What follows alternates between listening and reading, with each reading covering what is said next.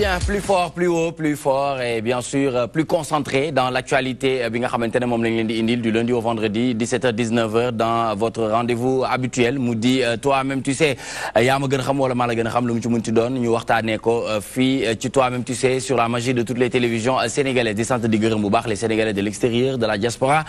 qui nous suivent grâce à l'application DTV Sénégal wala site internet www.dtv.sn ba ci suñu partenaire sangatv.com nga xamantene ñu bari ñu ngi ci bàyyi xel jamono ji nag ñu ngi jaajëfal bu baax ñi nga xamante ne ñu ngi ci li nga xamante ne moo jëm ci concertation nationale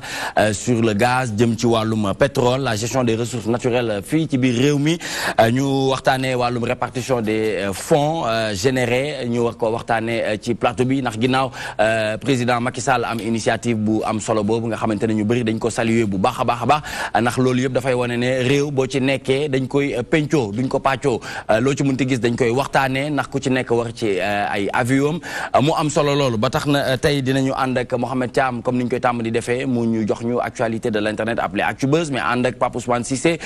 ñu delluwaat ci actualité politique et sociale comme ni mu koy tàmm di defee ñu ànd ceeg monsieur Dame Diop muy directeur général fonds de financement et de la formation professionnelle et technique muy 3FPT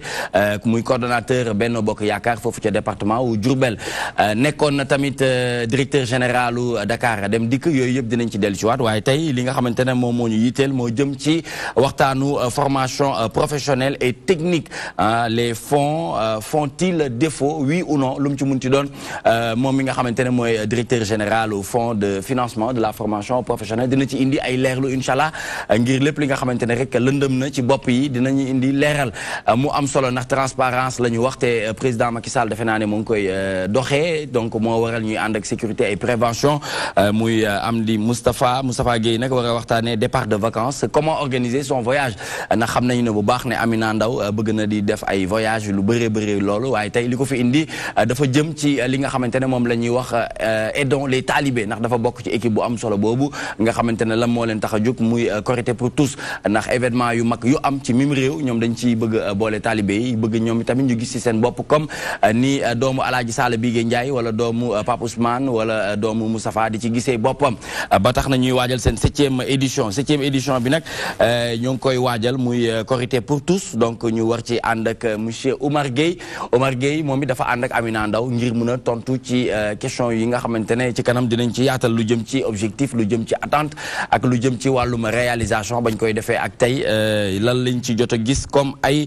yokkute donc yooyu yëpp dinañ ci ñëw incha allah ànd ak Omar Gueye ànd ak aussi Amina Ndaw ñi leen fàttali Khalifa jamono ji mu ngi ñuy seetaan bokk moom tamit ci équipe bu aidons les talibés ci kanam tuuti dinañu gën a yaatal ànd ak Amina Ndaw Alaaji Sall Bigué Ndiaye ku mu def ko comme ni mu koy tàmm di defee ndax dinañu soxla avion comme bés bu jot incha allah ci toi-même tu sais mu indi avis du jour ndax àddina yëpp dañ koy xaar bu baax a baax a baax ndax xam-xam bi màcc na muy imam moom la ñuy wax imam Sall Bigué Ndiaye le communicateur des médias jamono ji nag defoon na fi émission bu am solo jëm ci wàllum làmb waxtaanee ko bu baax a baax ku ci ne joxe ci xalaatam ci kanam ñun tamit dinañ ko laaj moom it mu jox ñu xalaatam naka la xalaatee ñu war a mën a organiser gën a formaliser li nga xamante ne moom mooy làmb ndax luy dem bay am ay cachet ay millions et des millions des centaines de millions di drainer foule bu bëri et puis éventuellement di jouer rôle bu am solo ci wàllum emploi ndax mbëri amaanaka ci ay doom réew mi lañu waaye tamit nañ jàpp ne am na loo xamante ne ñu ngi koy yombalal ki nga xamante ne mooy kilifa réew mi donc tey nag ñu war ko waxtaanee jëm ci concertation bi nga xamante ne président Macky Sall taxawal na ko li ñuy njëkk def rek mooy waxtaanee tuuti rek laaj monsieur Diop parce que nee nañu Diop ak Ndiayeen moom bu ñu jegantee moom ay kàll lañu dañuy tooñante ku ci nekk di wax naan man turu yàlla laay dundee waaye ku ko ci munti dundee yéen ñaar rek dafa foqale ndax 99 nom de Dieu moom bëri na bëri boo xamante ne mari day taali macha allah donc tey gis nañu concertation bi mu jëm ci wàllum pétrole ak gaz mu loo xamante ne dañ koy rafetlu donc yow en tant que directeur général ban appréciation nga am ci initiative boobu nga xamante ne président am na ko. jërëjëf maa ngi leen di sant bu baax di leen nuyu ñi ma seqal plateau bi. di nuyu ñi ñuy seetaan ñëpp. loolu dañuy am mbégte wax ci parce que comme ni nga ko waxee pétrole ak gaz. ñu ko tuddee ay ressources naturelles. dëkk bu mu am bu fagaruwul bu dëkk bu fagaruwul au lieu mu am ci bénéfice mën na taal dëkk bi. ndokk bi nga xamee ni président de la république xam na ne loolu lu am solo la mu waxtaane ko ak sénégalais yi donc dañuy rafetlu d'abord nit ñi ñëw toog waxtaane am nañu ressource d'accord léegi nan lañ koy exploiter suñ ko exploiter nan lañ koy jëriñoo pour askan bi yëpp gis ci seen bopp loolu mooy solo su waxtaan bi et c'est important que parce que dëkk su waajalul boppam ci pétrole rek bari na dëkk yu ko am defe ne développement taxaw na malheureusement mu jur contraire donc mooy malédiction bi président di tere nee na nañuy bàyyi di wax malédiction ci wàllum pétrole nañuy wax bénédiction parce que am na ay réew yoo xamante ne en termes de référence ci wàllum pétrole bi oui mais malédiction mooy dëkk yi nga xam ne waajaluñ seen bopp ci loolu parce que dafa nekk ay ressources yoo xam ni puissance yu mag yëpp dañ koy soxla di ko jëli ci yeneen dëkk yi donc dëkk boo xam ni taxawuloo dëgëruloo waajaloo sa bopp en général bu puissance yi ñëwee rek dañuy jaxase dëkk bi pour mën a jël ses ressources donc Sénégal nag ñun yàlla mën nañ ci musal bu fekk ndax d'abord suñu mag ñu baax ñi fi nekk mais jàpp naa aussi que président lu mu def mooy woote concertation large inclusive woo ñëpp acteurs yëpp ku nekk wax ne am nañ pétrole naam alhamdulilah léegi nag nañ lañ ko jëriñoo pour que askan bi yëpp mën ci gis seen bopp donc suñ mënul rafetlu waxtaan bi espérons rafetlu laa ko bu baax espérons que dina jur loo xam ni bu ëllëgee suñu doom yi ak suñu doomu doom yi comme je l'ai dit nos enfants et les enfants de nos enfants ci lañ bokk ci découverte yi donc lii mooy waajal sa réew parce que bu nga xam ni boo tollee ci exploitation jafe-jafe doom très bien Papa Ousmane l'opposition dit significative ñu boycotté rencontre bu toll ni dayo bi mu am yëpp yow ban commentaire nga ci mën a def waaw man loolu moom franchement bu fekkee ni réew la ñu wax te lu ñu wax ressources naturelles yi ñu am quand même du président Macky Sall moo ko moom encore que nguur gi fi ne mais il faut reconnaître aussi comme ni mu ko rafetloo que ni dara ci départ bi aussi dañ ko faussé mooy ne tey concertation bi ñi nga waxee opposition dite significative bi bañ ci dem am nañ seeni raison ça aurait été moi du ma politique du ma ko def parce que dama naan enjeu yi ci ne te réew mi la te ëllëgu réew maa ngi ci nga bokk ci réew mi ne bëgg nga ko it war ngaa mën a fekkee fa ñuy waxtaane xool lan lañ ci nar a jàpp ci ay grands axes yoo xam ne dina mën a sécuriser encore une fois de plus parce que c'est ce dont il est question mooy sécurisation suñu ressources yooyu ñu am xool également buñ koy exploiter ñan lañ ci war a àndal référence yi au plan mondial yaa ngi koy wax sànq nga xamante ni ñun sénégalais yi ñoo ciy gën a bénéficier ñoo ci gën a jëriñ te loolu aussi dafa laaj leadership ak taxawaay boo xam ne ñu ngi koy xaar su suñu njiit yi ñi nga xam ne am nañ xam-xam nga xam seen xam-xam boobu yëpp ñu ngi koy jëriñ ci yeneen réew yi ñun Sénégal toll nañ ci ni gis nañ pétrole am na soxla nañ ko maintenant nag concertation yi loolu lañ doon souhaité suñu souhait moo doon li ñuy wax force vive de la nation ñëpp regroupé autour de concertation yi ñu mën a génne xalaat yi mais dès le départ il faut reconnaître que ni quand même départ bi dafa fausse. Très bien mais loolu bëy woy na mbuus man noonu laay jàpp damay jàpp ne bëy woy na mbuus loolu moom départ la woon rek waaye jamono ji ñu ngi ci beneen niveau ñu ngi ci beneen étape te étape boobu dafa am solo ñu wuy si président de la république ndax boo xoolee tey lu ci mel ni évêques yi monseigneurs yi chefs religieux yi grand sérigne ak ñi nga xamante ne dañu bokk ci société civile ñëpp ñëw nañu wuy si initiative bi mais mu am loo xamante ne retaan lu na mais ñu war cee mën a bàyyi xel ndax am na kenn ci question yu mu doon posé mooy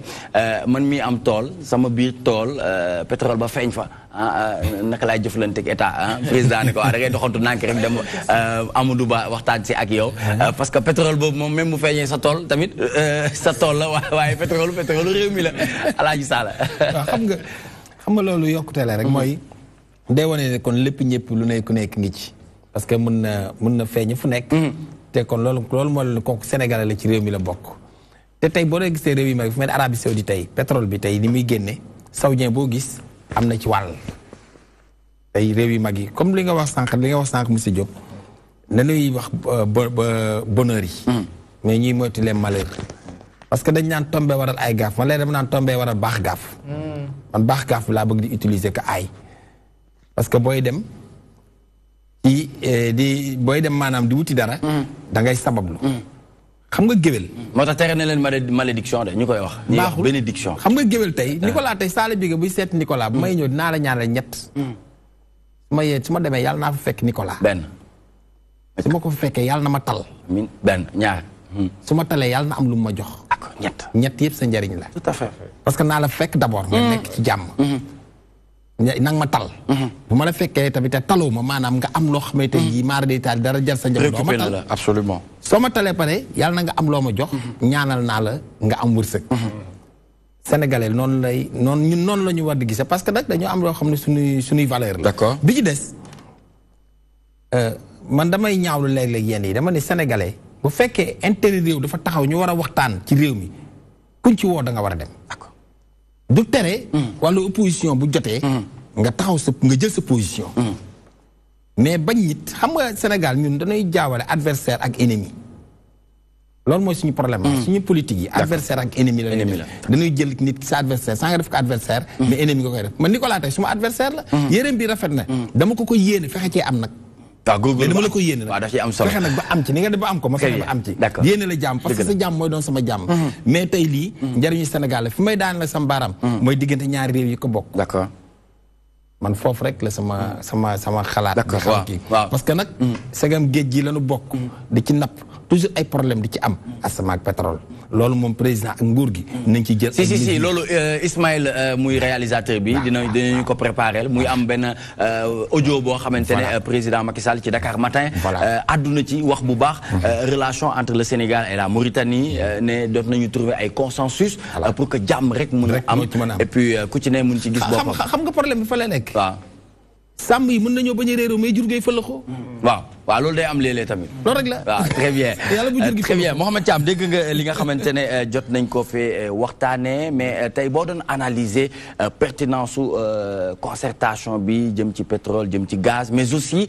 manquement bi nga xamante ne opposition def na ko soi-disant l'opposition significative. Voilà,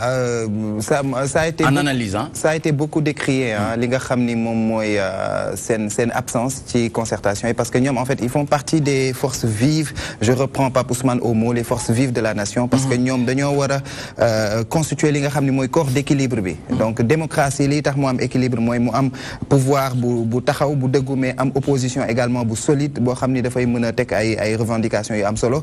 On a vu l'ouverture du président Macky Sall ñi ngi dégg ci intervention muy wax ni même comité d'orientation stratégique bi ci exploitation wu gaz ak pétrole bi société civile bi ci boppam dañ leen ci boole. Donc comme quoi que ubbi na mi ngi yaatal il veut mettre tous les corps constitués et toutes les couches de la société pour que ñu ñëw bokk ci wax parce que xam na ni xaalis voilà xam na ni alalu réew mi la mais l'enjeu majeur ça a été beaucoup abordé également au niveau des interventions mooy relations diplomatiques yi nga xam ne am na entre Sénégal ak Mauritanie des relations historiques il faut se rappeler comme que découverte yi dafa nekk ci frontière entre ñaari dëkk yooyu et que c'est pas la première fois gis nañ li nga xam ni am na ci wàllu pêche bi donc dafay laaj également que ñu mën a de telle sorte ñu mën a assainir les relations diplomatiques entre les deux pays d'abord pour que ñu mën a dem ci enjeu économique yi de telle sorte que superpuissance yi bu ñu ñëwee du ñu nekk benn intermédiaire boo xam ni dafay créer benn bamboula entre les deux pays donc loolu yëpp bokk na ci contenu li nga xam ni travaux yooyu yëpp mi ngi am ci suba ba léegi mais également le ministère de l'énergie également mi ngi rassuré par rapport à la construction des équipes yi nga xam ni ñoom ñi ngi liggéey de façon très technique par rapport à l'exploitation de ces biens là. tout à fait mu nekk lu am solo Moustapha Gueye di nga ci yëkkati kàddu ndax loolu yëpp dafa soxal réew mi te defe naa ne pétrole ak gaz moom dafa bokk ci sa corps de métier. bu amul moom musiba day am waaw day compliqué trop waaw oto yi du ñu daw waaw te bu oto yi dawul moom day jafe parce que bëgg nga yow képp kuy dawal rek am permis ba pare et permis bu baax bi mucc ayib am ci formation boo xamante ne bu exemplaire la mais aujourd'hui li ñuy waxtaanee nekk na lu capital parce que c'est pour une première au Sénégal président Macky Sall dajale lu toll noonu ci ay kàngam ngir ñu waxtaanee intérêt réew mi waaye surtout ci lu dem ci pétrole ak gaz. waaw loolu day bokk ci élan de solidarité bi nga xamante ne seetlu nañ ko ci président de la République ci benn côté quoi parce que bu ñu demee ba loo xamante ne c'est alalu askan wi la boo wootee ne képp koo xamante ne sénégalais nga ci opposition ci pouvoir ñu leen ñu toog ñu waxtaan ci trouver ay solution pour man kenn warul sax xalaat di pratiquer la politique de la chaise vide parce que dafa nekk loo xamante ne yow mi nga xam ne nekk nga au pouvoir demee ëllëg boo nekkee au pouvoir lii di génn ci waxtaan yi di nga ko soxla absolument kon doon na loo xamante ne ñëpp war a ñëw joxe ci seen xalaat mais aussi ñëpp war a ñëw participer ci muy pouvoir di opposition tout à fait donc mu initiative boo xamante ne maa ngi koy rafetlu mais aussi ñi nga xamante ne bés ñu participer tamit bon ñu jox ñi ne ay explication wax lan moo tax ñoom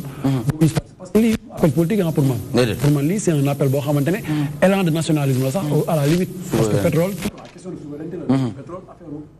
nationalisme absolument donc ñu ne waroon mën a ñëw participer si mu nekk loo xamante ne njëriñu Sénégal la gisuñu leen si vraiment laaj ñu jàkkaarloog askan wi wax lan moo tax ñëwuñu d'accord très bien loolu dinañ ci ñëw Papa Ousmane di nga ñëwaat léegi nii dama bëggoon rek ku ci nekk rek en tant que sénégalais citoyen ñoom it ñu joxe seen xalaat ñu commencé par yow ah et donc les talibés c'est important ndax ñoom it ay jeunes lañu waaye ñuy def jéego yu am solo Omar Gueye doom baay ayca nga wax ma rek sa jàngat en général par rapport à la politique bi nga xamante ne son excellence Macky Sall moo ngi koy def. salaamaaleykum. maaleykum salaam yëkkatil micro bi s'il vous plaît. maa ngi nuyu ñu toog si plateau bi yëpp di nuyu ku nekk sa tur ak sa sant di nuyu téléspectateur aussi. Président Macky Sall son excellence politique bi muy mené à travers pétrole bi ngeen di waxtaanee nii doon lu am solo. mu doon loo xam ne mun na jëmale réew kanam comme mun na ko taal. moo tax comme ni sama. Moustapha wax. war nañ ci def ay matuwaay yoo xam ne pour mu bañ a déborder. dëgg la voilà. Très bien merci beaucoup dinañ ci dellu si waat léegi pour waxtaanee seen 7e édition ah bi nga xamante ne soxal na leen lool Amina du ñàkk nga am un mot à dire par rapport ak li nga xamante ne ñu ngi def tour de table ku ne joxe ci xalaat. alors bonsoir à tout le monde maa ngi nuyu ñëpp ku si nekk sa tur ak sa sant donc bu ñu waxee pétrole ressource la ressource bien la et ñun avant dañ doon dem di jëndi pétrole si yeneen pays léegi ñu ne ñu que pétrole am na Sénégal donc loolu dañuy wax alhamdulilah. ñu xool ni ñu koy exploiter éviter aussi surexploitation bi je pense que dina baax si réew. très bien donc mu xalaat ne loolu dina baax ci loolu nag dañuy déglu audio bi nga xamante ne son excellence def na ko par rapport wax ci ñaari dëkk yi diggante Sénégal ak Mauritanie ci wàllum pétrole bi dañ koy déglu te dellusiwaat sur ce plateau. ñaari réew yi d'accord nañu signé ko gouvernement yi signé nañu ñun yóbbu nañ ko assemblée nationale wote na projet de loi boo xam ne mooy autoriser président de la république tey jii mën naa signé maanaam ratifier accord boobu la boo xam ne léegi day daal di dugg nag en vigueur te ñu ngi ciy waxtaan ñu ne Mauritanie réeroowuñu kon bu kenn indi ay jiixi jaaxal sa diggante ñaari réew yi du intérêt Sénégal du intérêt Mauritanie il y a aucun problème entre les deux pays et il ne peut pas y en avoir parce que nous avons les mêmes intérêts c'est d'exploiter les ressources qui sont contenues dans nos sous-sols respectifs et que nous partageons le long de la frontière nord te accord yi mel noonu bari na ci àdduna bi boo demee mer du Nord tey diggante Angleterre Norvège yooyu ay accords yu mel noonu kese ñoo fa am parce que pétrole moom day law rek ci suuf xamul frontière dëkk donc léeg-léeg mu jógee fii jàll fële mel na jëlee si géej gi léeg-léeg ñu jógee Mauritanie dugg suñu kii jàll Guinée-Bissau donc pétrole bi tam noonu la mel su yegg seen frontière nag soit réew yi am sagesse waxtaan xool nañ koy exploité léeg-léeg seddoo bi aussi du yem parce que bu fekkee li ëpp si benn partie bi la nekk su boobaa ki ëppale mooy ëppale ay part loolu aussi prévoir nañ ko ci accord bi am na ay période de révision yoo xam ne bu amee ku yaakaar ne keneen ki mën koy bëgg a ëppale ci mbir mi mais ñu teg ko ci lu leer su boobaa mën nañu xoolaat accord bi yooyu yëpp c'est prévu juróomi at yu ne bu mu neexee réew Mauritanie wala Sénégal mën na ne xoolaat mbir yi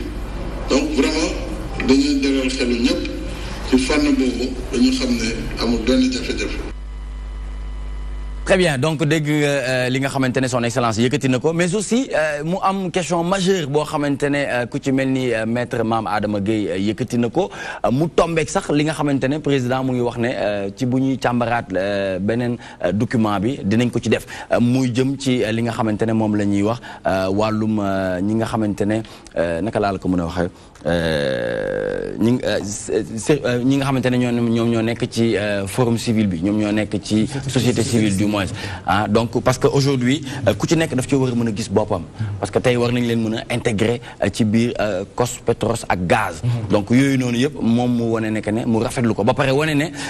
comme dañu ne woon 17 blocs la 10 blocs yi jot na jàll 7 blocs yi des maître Mame Adama Gueye woote ci ne est-ce que waruñu jël di def ay appel d'offres à ce que mu ubbeeku sur le plan international mu bañ a am yu fu guerre daal ah ku ne bañ a donc yow lan commentaire bi la lay def Nicolas moom laa bëggoon sànq yokk mooy gis nga société civile bi nga wax am na ci ñoo xam te ne dañ ci liggéey dañ ci documenté def ci ay enquête yu fourni et puis gis nga dans les 200 ans fu ci nekk responsable bi ñu koy woote mooy ni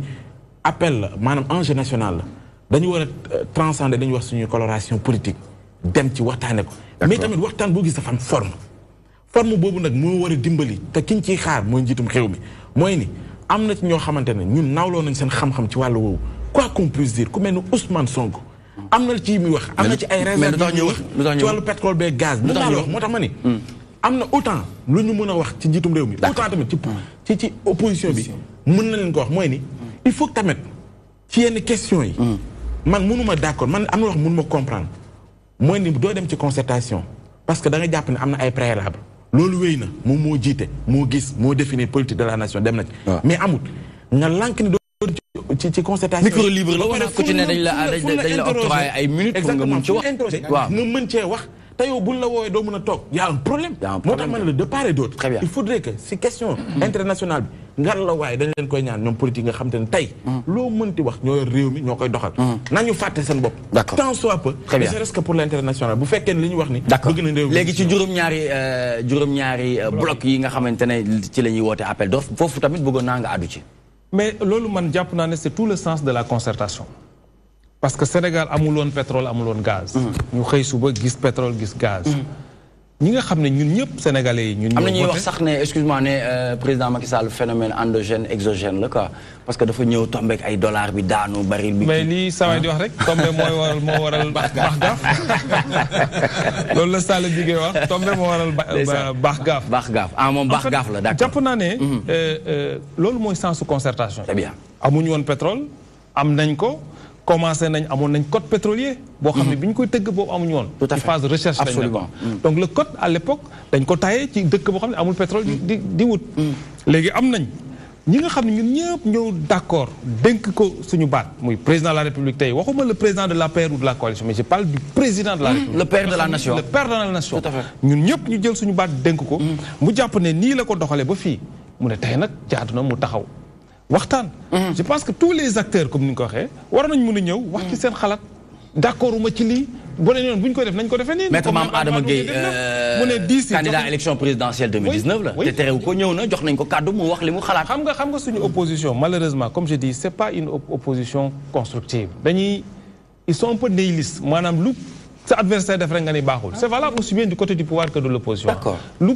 kenn def nga ni baaxul or quand même il y a des questions d'intérêt national d'intérêt majeur yoo xam ne dafay jaar ñu pencoo ko bien sûr te bokk naa ni pétrole ak gaz ci en tout cas ci 10 ans yi ci 20 ans yi ñu jëm mënuñu fi am ressource boo xam ni moo gën a am importance loolu donc nag dañu war a fàtte suñu coloration politique xam ne tey kat ñun ñëpp dañu am kenn koo xam ne ñoo dajale woon suñu baat jox ko mooy décider de la politique de la nation bu amee bu ko yàlla dimbalee bu dem ba ne nañu waxtaane lii mais man damay ñëw wax ci sama xalaat su ma d'accord ma wax su ma d'accord ma def ci ay propositions ni si wax dëgg la ba dégg naa société civile def ay propositions yu pertinentes ce matin rek déglu naa waa Kongat ils ont fait des propositions très pertinentes loolu mun na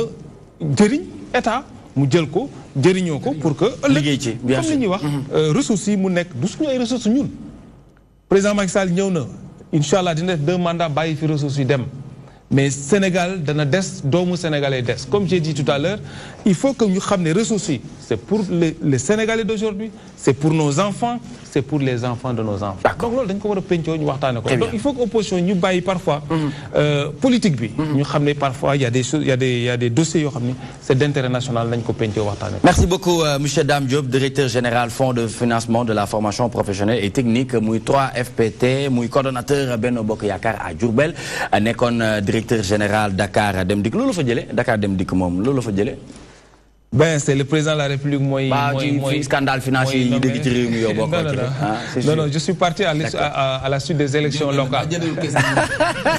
qu'est-ce que mu jënd ko ay pain alors man maa jiite woon yóbbul ko waa Diourbel Bawol non je suis parti parce que c'est vrai que man maa jiite woon liste bi Diourbel pendant les élections locales on avait perdu les élections bon entre guillemets c'était une sanction politique mais pour man du loolu c'est le président de la République moom mooy toog xool na Nicolas yow mi kat yaa ma doy fii à cet instant là jàppal ma fii et cetera donc j'ai fait un peu moins de 2 ans à Dakar Dem Dikk def naa fa lu ma yaakaaroon ne war naa ko def et que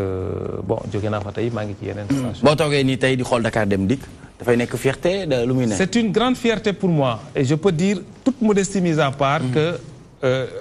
la ma fa sumboon tàmbale ko moom la ñuy doxal. macha allah ma ci félicité directeur général bi. parce que wax dëgg yàlla maître Moussa Diop suma xarit.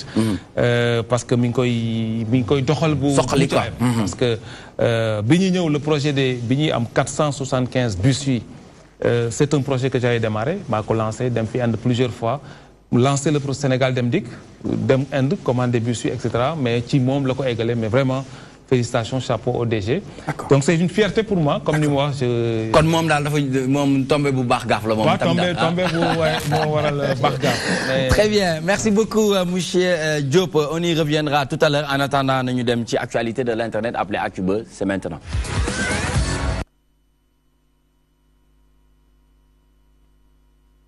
Très bien, si on se réfère à Seneweb, retour dans le gouvernement, le ministre Mame Mbaye Niang pose des conditions. Voilà, moi,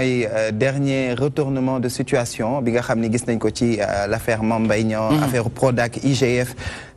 inspection générale des finances, Fanny yëpp ñi ngi koy waxtaane. Il paraît que sa démission n'a pas été acceptée par le président de la République, Macky Sall. On a également eu la confirmation que ni le premier ministre Mahammed Boun Abdallah Dionne dem na seeti ko pour essayer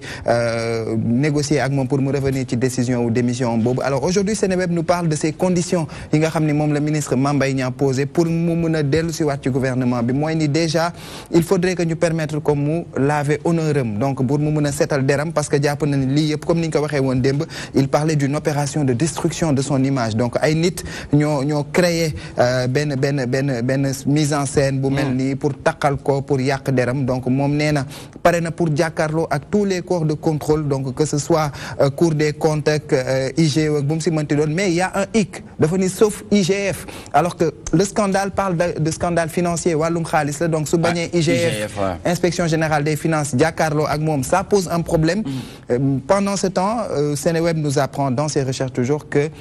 ki nga xam ne mooy Mame Mbaye Niang li tax mu émettre réserve boobu mooy ni il n'a pas confiance ci département boobu nga xam ne dafa rattaché wu ci ministère Amadou Ba ministre de l'économie et des finances donc parce que d'après certains bruits yi nga xam ne ñoom nee nañ jot nañ ko ñoom ñaar c'est pas trop la grande joie entre les deux personnes moom jàpp na ni sax d'après li Seneweb wax que ni ministre Amadou Ba ci ay détracteurs am la bokk ba tax na moom setul loxoom setul ci li nga xam ni moo perpétré yàq bi nga xam ne ñu ngi koy yàq deram si coow li donc relayé par nos confrères de Seneweb. Déjà lii dina yombal liggéey président Macky Sall lii est-ce que dina yombal liggéey parce que bu nekkee ay ministre seen biir dañuy defante ay yëf parce que barki démb ñu ngi doon wax fii ak Pape Ousmane ci wàllum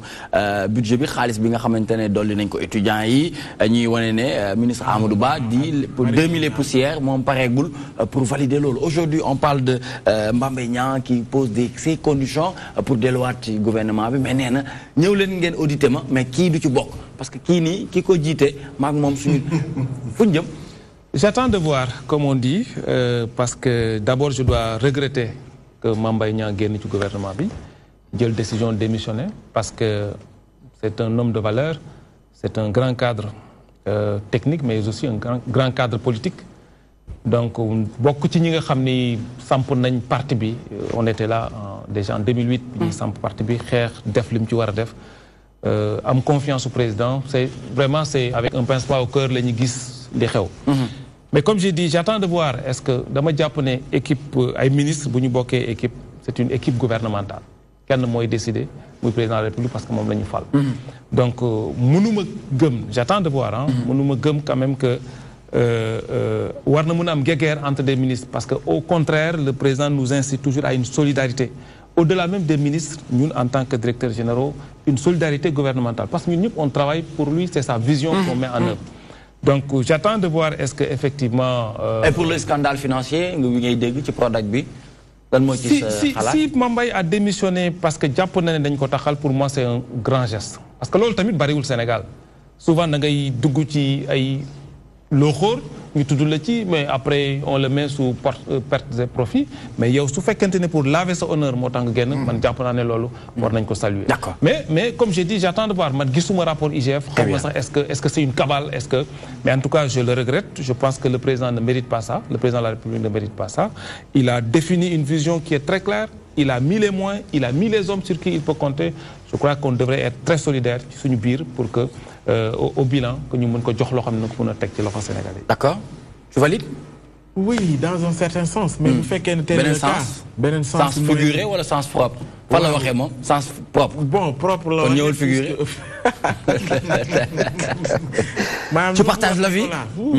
En fait, c'est compliqué. C'est-à-dire, c'est dommage. Xam nga sank dañ fi wax pétrole et gaz ñu wax xel yi nacc parce que fofu dañu bëgg suñu Sénégal am fuñ ko bëgg yobbu dem ci émergence bi ñi wax donte il est vrai que ni du pétrole mo mëna yañjal réew waaye bokk na ci mëna ranjal mais day dalal xelu réew manam dégg nga manam day dalal xelu réew waaye du forcément mooy yañjal réew mais li ma bëgg wax foofu mooy ni tey bu fekkee ne ci dayo boobu lañ toll ñëpp ngi jéem ci lu ñu mën pour suñu Sénégal dem yow nga dem fu ñuy nasee dafa noccee dafa dogal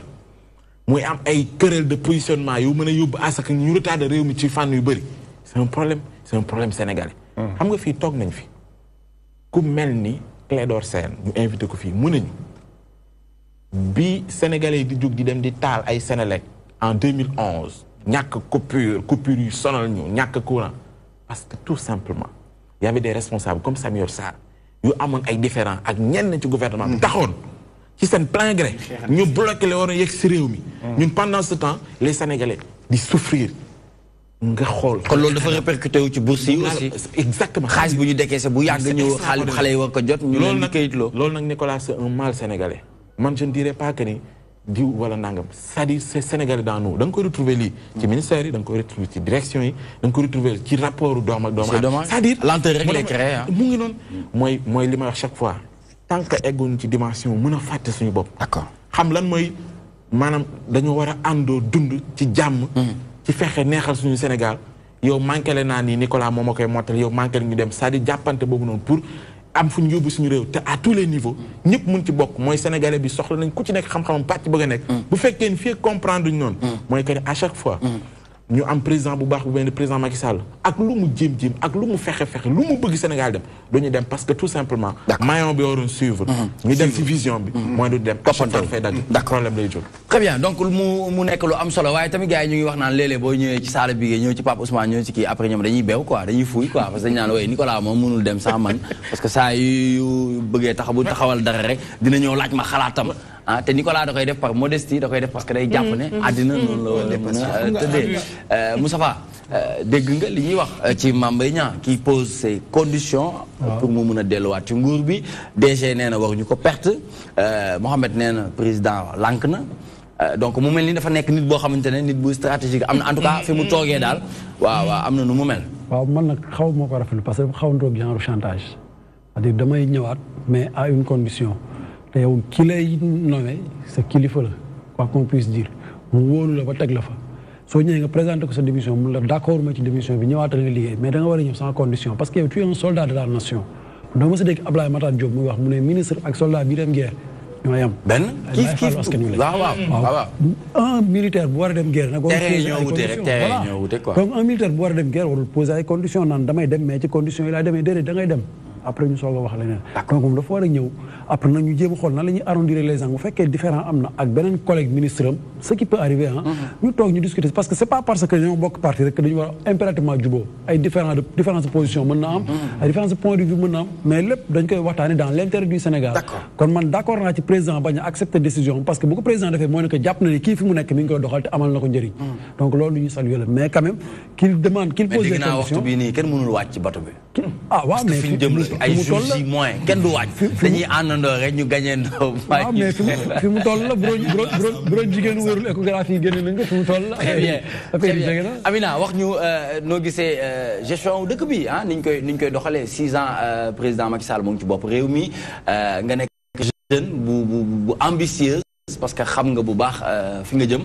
naka nga bon je me dis comme gouvernement la ñoom ñoo fa taxawal waa Sénégal parce que Sénégal ñoom ñëpp mënuñ gouverner donc ñoom ñoo représenté société bi ci gouvernement bi et je pense que benn relation d'interdépendance moo war a am seen biir moo war a am tamit entre ñoom entre et boo déggee équipe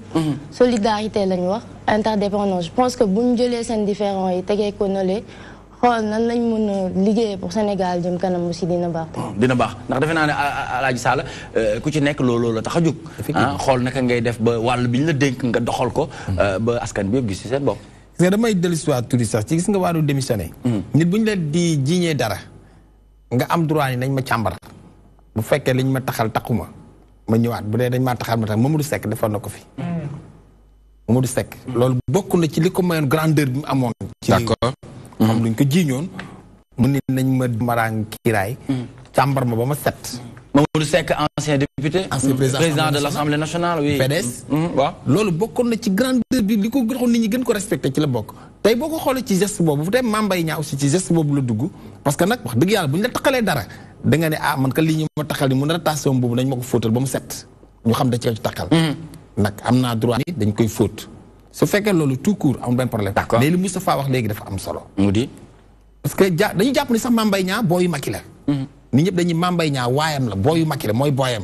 dafa am ñoo xam ni ñenn ñi sax nee nañu du booy Macky booy première dame la voilà ba tey nit ñi dañuy exagérer wala yow copain Macky nga wala copain man mun naa ko parce que j'étais là bi ñuy créé parti bi d'accord bien sûr membre fondateur nga ils étaient ñoom ay booy yu mel noonu je les appelle booy entre guillemets monsieur le ministre mais am na ci ay ndaw yu mel ne ñoom du Mame Mbaye Niang rek ak ñeneen la ay ñoom ñoo xam ne ay Pape Samba limal ma ci juróom Pape Samba Cheikh Mbacké Thérèse Diouf Sira Ndiaye Momar Ndiaye Sira Ndiaye ci bon Bourmour bon suñu xarit Sira Ndiaye ala bokkoon ci Ousmane Diop ñu mën naa leen nim donc c'est des jeunes yoo xam ni très bien voilà man dama personnellement parce que bu ñuy wër Sénégal ils étaient là bokkoon nañ ci suba ba ngoon duñu lekk macha allah feebar di jóg di daal Mame Mbaye mii ci la bokkoon dëgg la ba ñuy jiiñ Thérèse Faye Diouf que da nga bokk ci coup d'état ils étaient tous là te dañu politiquement dañu taxaw très franchement c'est pas parce que dañu bokk parti mais c'est des gens qui ont une certaine valeur mais xam nga rek Sénégal léegi moom lu xam nga loolu lu sotti am borom non c'est bien parce que wax day tungoom seede loolu kon bu ko nit ñi di wax moom mu nekk ci kon donc mën nañu kooku ñoom du ko bàyyi Mame Mbaye Niang bu ñëw tey bi président da ko naan sa mu ñëw mu ne ko boy yow da nga may fonto wala waaye dama nga liggéey bon xam nga noonu la koy defee da ko naan mais boy bu ma fonto dama nga liggéey looy démissionné parce que moom la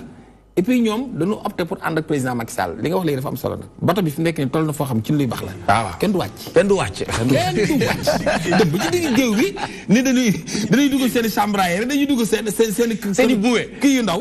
amul dañuy tëj bato bi ci biir nous vivrons ensemble nous mourrons ensemble très bien merci beaucoup Aladji bato bi jàmm la bato bi non mais loolu lañu bëgg te loolu la ñuy ñaan yàlla na jàmm yàgg ci loolu et puis beneen bi ci des na beneen bi ci des d'accord Mame Mbaye Niang dafa am li ma koy wax rek ba mu jaaw nekkoon ak président na fa nekk parce que boo jiitoo faaw ñu wax la sa tànk yu dëngi faaw ñu wax la sa sikk te ki lay dàq mënu laa jot lu mu for dina la ko sànni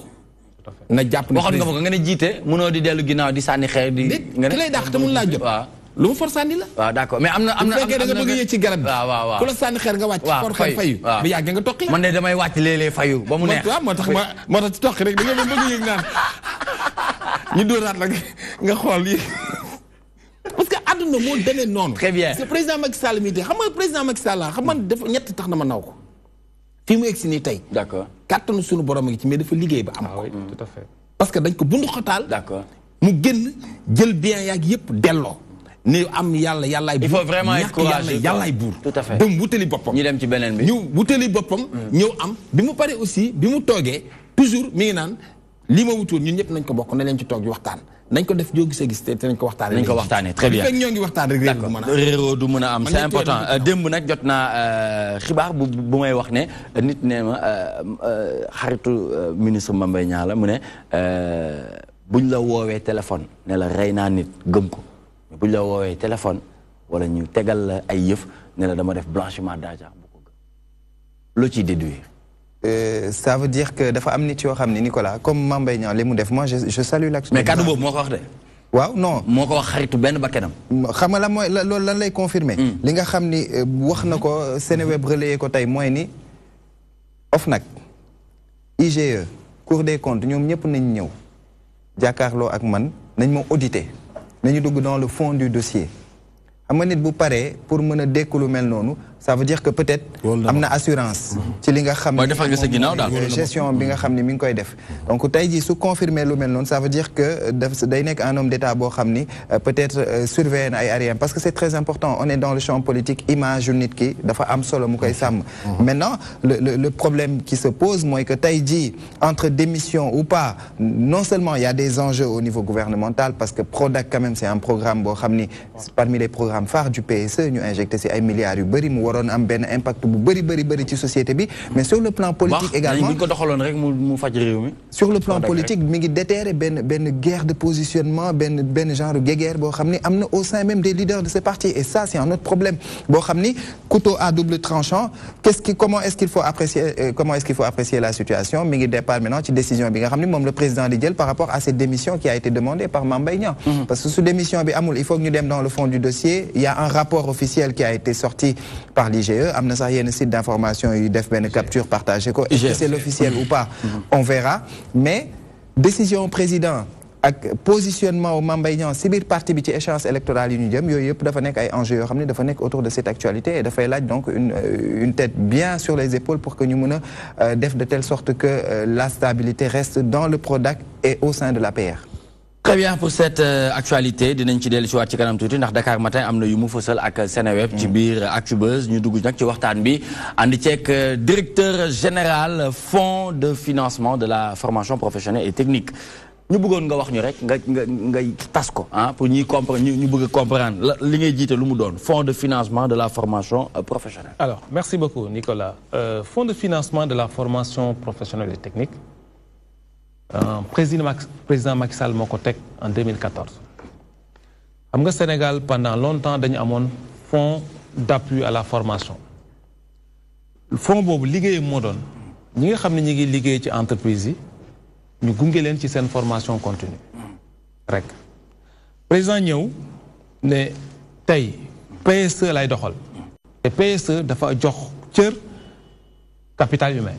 ku wax capital humain wax njàng ak éducation et formation éducation au sens large mu ne kon fonds bi dinaa ko doter de moyens importants def ko ci ministère de la formation professionnelle de l'apprentissage et l'artisanat jox ko ay moyens pour que au-delà que ñi nga xam ne ñooy liggéey ci entreprise yi ndaw yi nga tey parce que tey suñu problème mu dëkk yi mooy ndaw yi nga xam ne dañu toll ci am liggéey te amuñu liggéey mais ndaw ñi amuñu liggéey parce que amuñu métier. waaw ñaar yooyu yëpp dafa nekk ci réew mi. oui c'est la réalité des léegi ndaw yi nga xamante ne jàng nañu am nañ seen lijaas te amuñu métier non parce que amuñu métier ñi ci ëpp dañuy jàng waaye amuñu métier. amuñu lijaas mais duñu am métier duñu am qualification c'est ça la différence. loolu moo tax président mu ne PSE pour mu dox. d'ailleurs maa ngi dégg léegi si mu wax ne pétrole du panacée de c'est pas que dañuy am pétrole rek tey que ñu xëy développé. jàpp man sama gëm-gëm ma conviction forte est que li ñuy def suñu développement mooy ay ressources humaines de qualité ñoo xam ni dañuy dellu ci le vouloir vivre ensemble que loolu ci éducation la li muy wax léegi nii que ñun sénégalais ñu war ñu ba ñu xam ne ñun dañoo war a dund ensemble te dañu am benn patrimoine commun mu ñu tudd Sénégal ñu war ko sàmm bu boobaa ku ne fàtte sa bopp dox ci intérêt national te loolu éducation ak formation moo ko jox pour revenir ci fond bi donc président ne ndaw ñi bëgg nañ liggéey mais amuñu métier. Très bien léegi ci amul métier boobu dama bëggoon moom mu wax ma lan lay def comme formation ñu xool buñ koy méngale ak li ngay def j'aime bien ça voilà très bien Amina wax ñu li ngay def yëpp nag waaw. bon man maa ngi licence 3 en marketing intelligence d'affaires. Intelligence d'affaires. waaw def naa aussi formation en informatique appliquée à la gestion mais là maa ngi marketing intelligence d'affaires. C'est le gros problème que nous avons. ma laaj la yow looy def yow. waaw ayca assurance. bon man maa ngi am licence en haute étude comptable et financière. très bien dafa mel ni ministre dafa leen directeur. da nga nar a nekk ministre. da leen a profil. actuellement non mais parce que. le problème du Sénégal qu'on a tous les jeunes aujourd'hui c'est dans le tertiaire. banque finance assurance marketing. Or aujourd'hui la demande de notre économie c'est moins dans ce secteur-là que dans le secteur primaire et secondaire. lépp luy wàllu mbay. agriculture au sens large. nga bokk fii mbay ci photo bi. mbay càmm napp am na ay métiers yu bëri yoo xam ni tey amuñu ñu koy def. mais foofu tamit aussi xam naa dinañ ne am na tamit comme li ngay wax nii da nga bëgg a jund inadéquation dafa am. entre l'offre et la formation. tout à fait emploi beeg yu mel noonu. mais correction boobu noonu autant xëy na ñu ngi koy xaar plus. oui njiit li ci yéen ñi nga xamante ne yéen a amee ndogal bi. ci la jëm foofu aussi à ce niveau boo jugee ci fond bi. waaw buñ ko tasee également. ci fond bi ak ci ministère de la formation professionnelle bi ma bokk. xam nga boo jëlee ressources yi nga xam ne ñaa daan dem ci éducation le secteur de l'éducation y compris l'enseignement élémentaire secondaire moyen formation professionnelle enseignement supérieur maternel moins de 5% ñoo ci doon dem ci formation professionnelle 4% pour ne pas le dire. lan mooy expliquer loolu. li ko expliquer parce que suñu njiit yi gëmuñu woon formation professionnelle parce que nous on a formaté comme ça. Senghor moom mu njëkk a nekk suñu président de la République. D'accord. Lettre lañ doon jàng parce que ñun ñëpp on a rêvé de faire des études en droit. Plus tard on a tous basculé dans le tertiaire. Aujourd'hui suñu économie laajul loolu. suñu économie li laaj mooy ay agriculteurs yu moderne ay aviculteurs yu moderne ay horticulteurs yu moderne yoo xam dañu def production de qualité dem vers l'exportation mais amuñu loolu. Du coup on n'avait pas développé des offres de formation loolu moo tax ministère de la formation tey taxaw dans le secteur du tourisme benn école lañ ma sam école du tourisme bi nekk saw moo tax ministère de la formation professionnelle ne dañuy développer offre de formation parce que ndaw bi su bëggee jàngi tey tourisme te amul école bu mu ko jàngee day compliqué. loolu moo tax dafa mel ni ci wàllum pétrole bi sax. ci wàllu pétrole bi donc ci wàllu pétrole dinañ ci ñëw. d'accord loolu moo tax ministère de la formation professionnelle de l'apprentissage et de l'artisanat monsieur Mamadou Talla jiite ko ma koy nuyu au passage wax ne nañu diversifier l'offre de formation tey ñu ngi tabax ay centres de formation de dernière génération sur le tourisme à Diamniadio sur financement de la Banque mondiale à Saint-Louis à Ziguinchor ñu ngi tabax ay centres de formation sur les métiers de l'horticulture. Saly Portudal bokk ci wàllu tourisme bi. non parce que bii nekk Diamniadio parce que Sindia ñu ngi fay tabax benn lycée professionnel. Sandiara je voulais dire. Sandiara ñu ngi fay tabax benn lycée professionnel boo xam ni moom ak Diamniadio ñooy seddoo Saly. donc bu tabax benn centre de formation moderne en hôtellerie tourisme Saint-Louis Diamniadio ak mais yaakaaroon nañu war nañ ci mën a boole leneen aussi. dinaa ñëw yéen a ngi tabax lii. dinaa ñëw tamit ngeen dagg leneen. waaw mooy floraison école de formation yi. dinaa ñëw en marketing te yëpp dañuy mais attention agréé par l'État du Sénégal. gars yi di ci dugg seen yow ñuy wax ne gars yi ñu ngi ñaan affaire yi dolleeku yow nga wax ñu mais xamul tax ma wax loolu Nicolas. mais ñi ci génn comme ni mu wax sànq ñi ci génn ñu bëri ñu jox leen ay diplôme ñaan ay marketing ngeen nangam te amuñu benn qualification ñooñu tey bu ñu génnee te pourtant xaalis bëri la ñuy def pendant benn durée ñu former leen ñu génn ñu am technique te pourtant bu ñu génnee c'est-à-dire ils ne sont pas ni ñu ko waxee opérationnels sur le terrain en plus mun demal seen bopp maanaam demandeur d'emploi léegi bàyyi ko mu maanaam tontu boo xoolee ci marché bi li ñu offrir en matière d'emploi ci yenn secteurs yi mais ñu néew ci ay Sénégalais ñu am qualification bi. très bien te tey ñu wax pétrole ak gaz. il faut que orientation bi ak statistiques yi ñuy wax 6%. dañ ne ñun on est 15 millions de Sénégalais. sur les 15 millions 7 millions et demi sont en âge de travail c'est la population active. mais sur 7 millions et demi bi 6% ñoo ci njàng métier. mais loolu bokk na ci lu tax président de la République créé entre autres instruments fonds bi dama la doon wax léegi. fonds bi ñaata ci nekk déjà. mais c'est pas moins de 20 milliards de francs CFA. dinaa l'expliquer lu tax. loolu président mais léegi nii dafa lim ay secteurs yoo xamante ne dafa mos a exister ci réew mi aussi. mais amul woon école de formation. non amul woon école de formation mais naka lañ leen doon accompagner. parce que dañ leen bàyyi woon noonu rek c'était des formations dans le temps. tey da ngay dem les spécialistes d'hôtel bu ñu demee ci hôtel yi dañuy gis que le personnel n'est pas formé. amul waaw barki démb de bi ñu fi tukkee moom dugg nañ fi benn hôtel boo xamante ne de defe naa ne kii bi maa ko doon sax dimbali maa doon mujj sax taxaw naan gars yi vous avez besoin de quoi.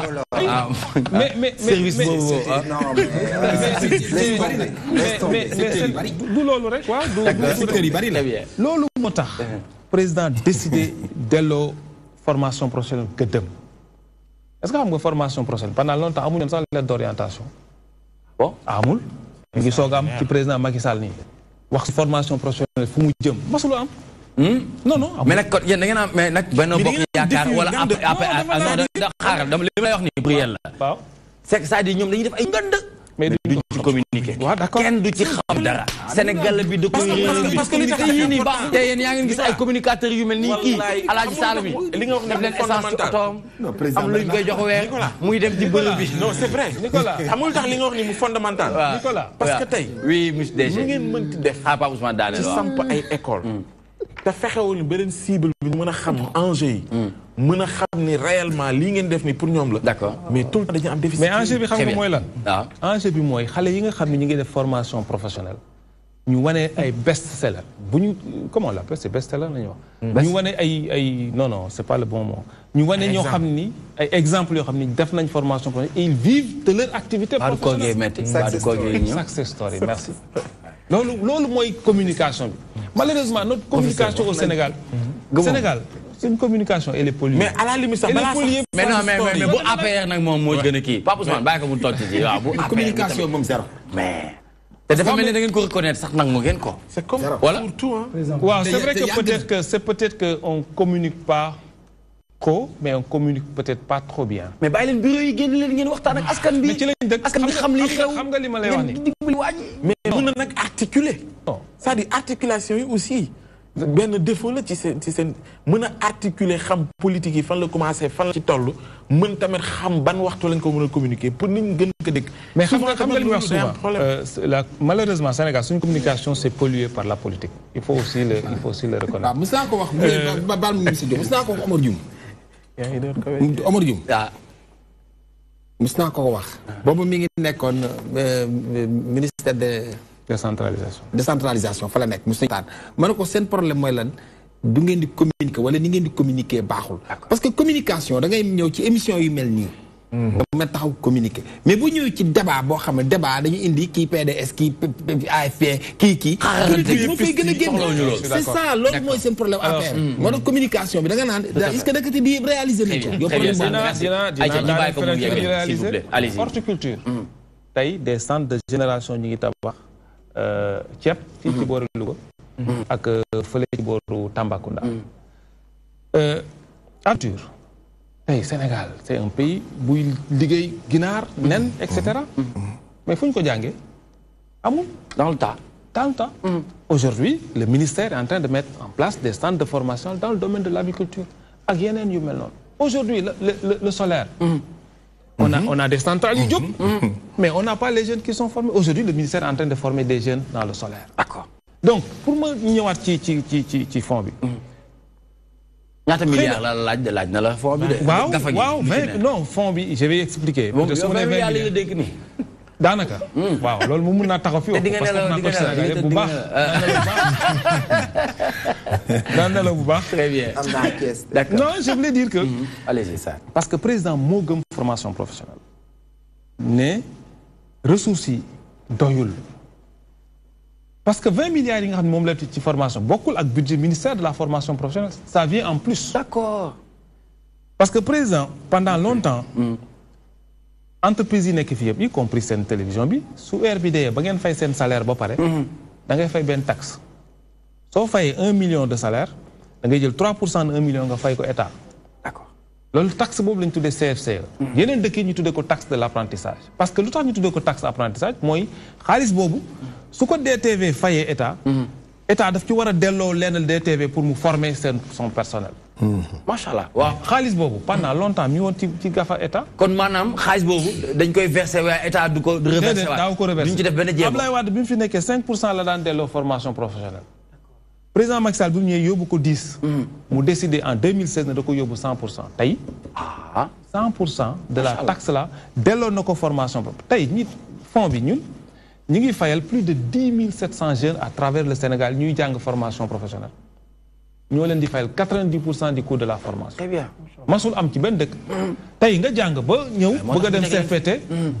defi mécanique wala defi automatisme. électronique nga ñëw électronique. nga ñëw ci fond bi déposer ce dossier nga war a fay 1 million. état ministère bi fond bi fayal la sa 900 000 nga fay 10% yi. c'est du concret c'est du concret c'est-à-dire que mooy c'est du concret mooy li may wax léegi que ne loolu xaalis boobu jéggaani wuñ ko fenn ci budget état la moo tax souvent sama mbokk politicien bu ñu wax way gestion vertueuse et sobre dañ koy wax nii rek ma leen mais ku deful gestion vertueuse et sobre doo mën a jël 20 milliards yu nekkoon ci gafa gi fu ñu ko doon dugal feneen dugal ko ci formation professionnelle. D'accord. ku deful loolu doo mën a jël 500 milliards def ko ci Ila Touba ku deful gestion sobre et vertueuse mënoo jël 500 milliards def ko ci terre. oui mais boobu yooyu dinañ ci ñëw parce que am na yenn yoo xam dañuy wax ne les priorités sont ailleurs yooyu yëpp dinañ ci ñëw ci terre bi ak Touba bi nga wax Ila Touba ndox dinañ ci ñëw benn xarit ma ne ko man je préfère nga def lu ma mën a teg baaraam te nga dig ma loo xam ni wax nga ne def nga ko ci defoo ko ci te loolu dëgg la de d'accord loolu yëpp dinañ ci ñëw mais pendant ce temps et puis au passage yéen ñi nga xam ni yéen nañu jox genre programme yi noonu il faut vraiment que au passage la au passage il faut vraiment que aspect communication bi comme ni ko Nicolas waxee ngeen taxawaat si parce que c'est pas intéressant ngeen di def ay jéego alors que le Sénégalais lambda bi dëkk fin fond de Tambacounda yëgul lu xew il faut donc une communication de proximité pour sensibiliser nit ñi ñu ñëw vers le programme approprié ko parce que ñoom ñoo tax ñu defar ko mais également yéen ngeen mën a communiquer de façon satisfaisante sur les résultats et les rapports yi nga xam moom ngeen di réaliser. Sans vous couper, on a fait mieux. Comme nous, malheureusement, au Sénégal, la communication est polluée. Nous, on existe depuis 3 ans. Moi, personnellement, j'ai fait au moins 3 fois le tour du Sénégal, rencontrer les jeunes. Def un programme avec le Conseil national de la jeunesse. On vient de boucler un programme avec le Conseil national de la jeunesse. Nous formons 50 jeunes en topographie à Sédhiou, à Kolda, à Diourbel, à Thiès. On est en train d'évaluer pour passer dans les autres régions. On a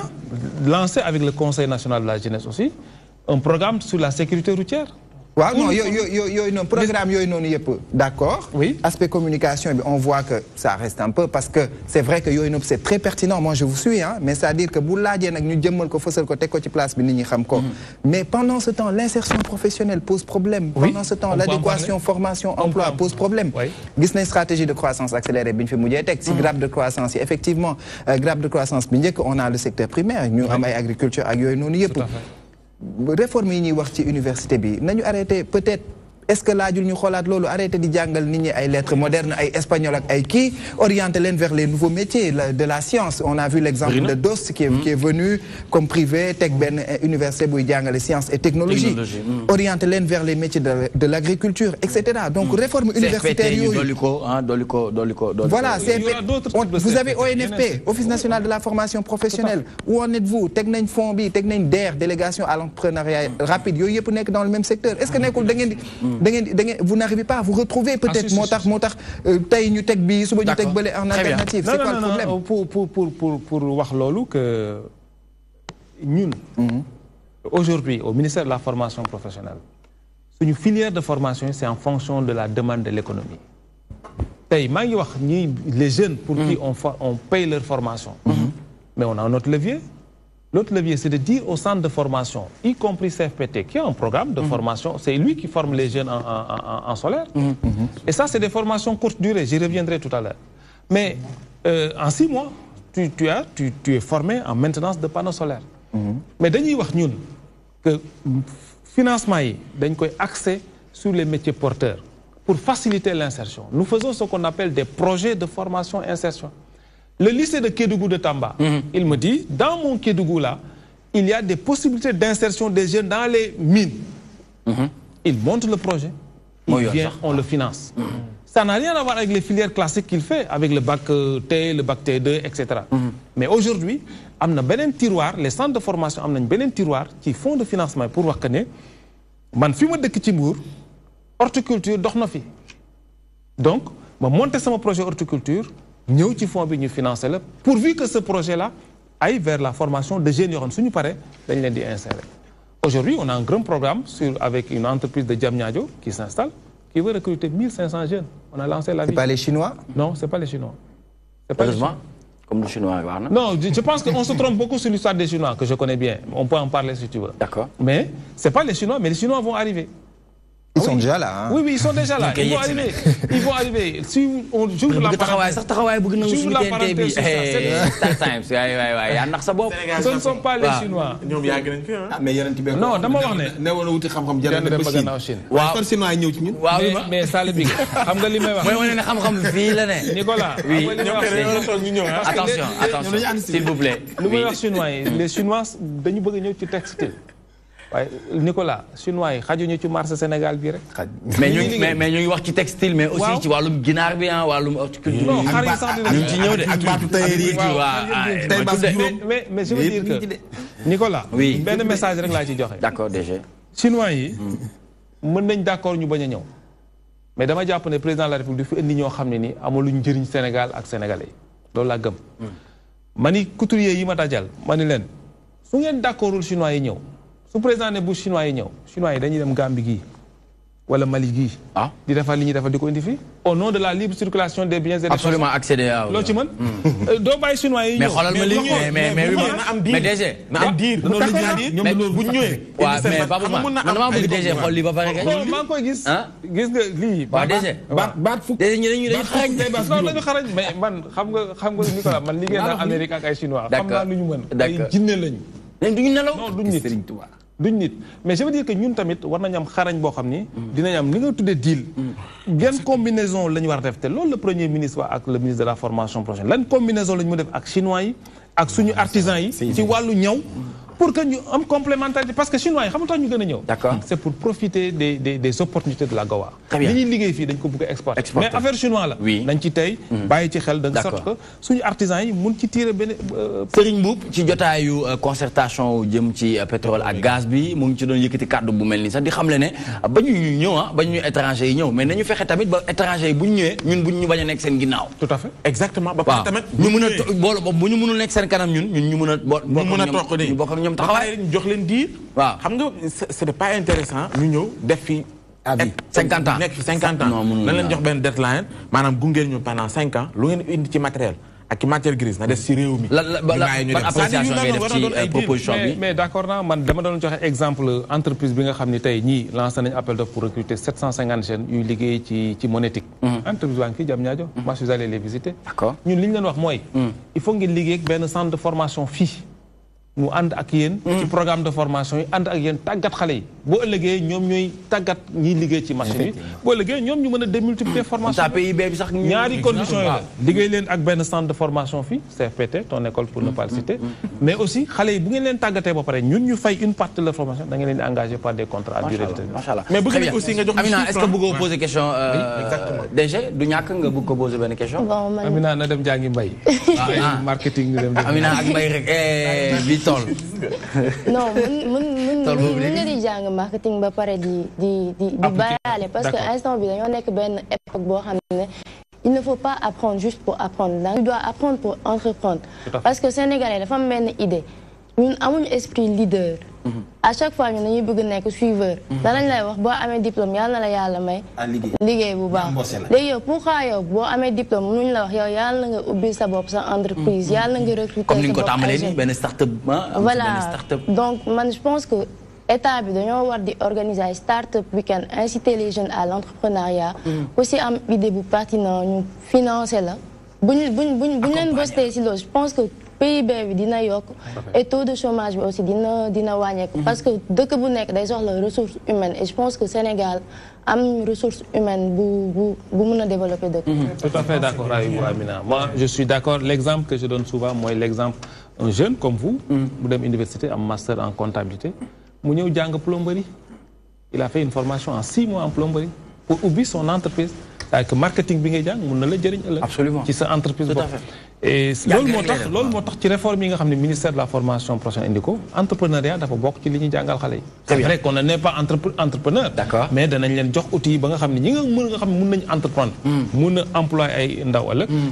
ñu accompagner leen c'est l'intérêt de l'existence de la DER. boo xam ne nii ñu ngi préparer convention. boo xam ni ñun quand on forme les jeunes ñu jox leen pour les financements. ñu ngi doon dégg ci ay kàddu sax parce que ça la faaw mu wax parce que moom am na métier te métier bi jamono ji ñun télé ñu ngi koy yàq sax te bu ko bàyyi woon sax mu formé ñeneen ak yeneen mais heureusement am naa heureusement ba nga toog ci wetu DG am na noonu am naa ñoo xam ne defe naa sa budget li nga doon am na ñoo xam ne depuis 1993 atelier ba ma ubbi woon déggoo ma ba tey ñoom ña nga fa waaw mais déggoo li ma lay man fi ne nii mën naa dem ci biti wuti waaw ñoo jox leen ñii man maa ngi lay utal fond de bilaay fi nga jàpp baax na de waaw dama lay gën a dëgëral pour fond yi ñëw waaw pour bu lawee téq la déet gannaaw de waaye ébéniste bee kii ñu gën ci tàggat xale yi dafa bi Amina di wax léegi dafa am lu sama xel dem c'est-à-dire ñu Sénégal dañu yeex a jublu ci mbay ak affaire ouvrage dañoo jàpp ne tant que toogee ci bureau rek liggéeyoo dëgg la ñun bi ñuy jàng métier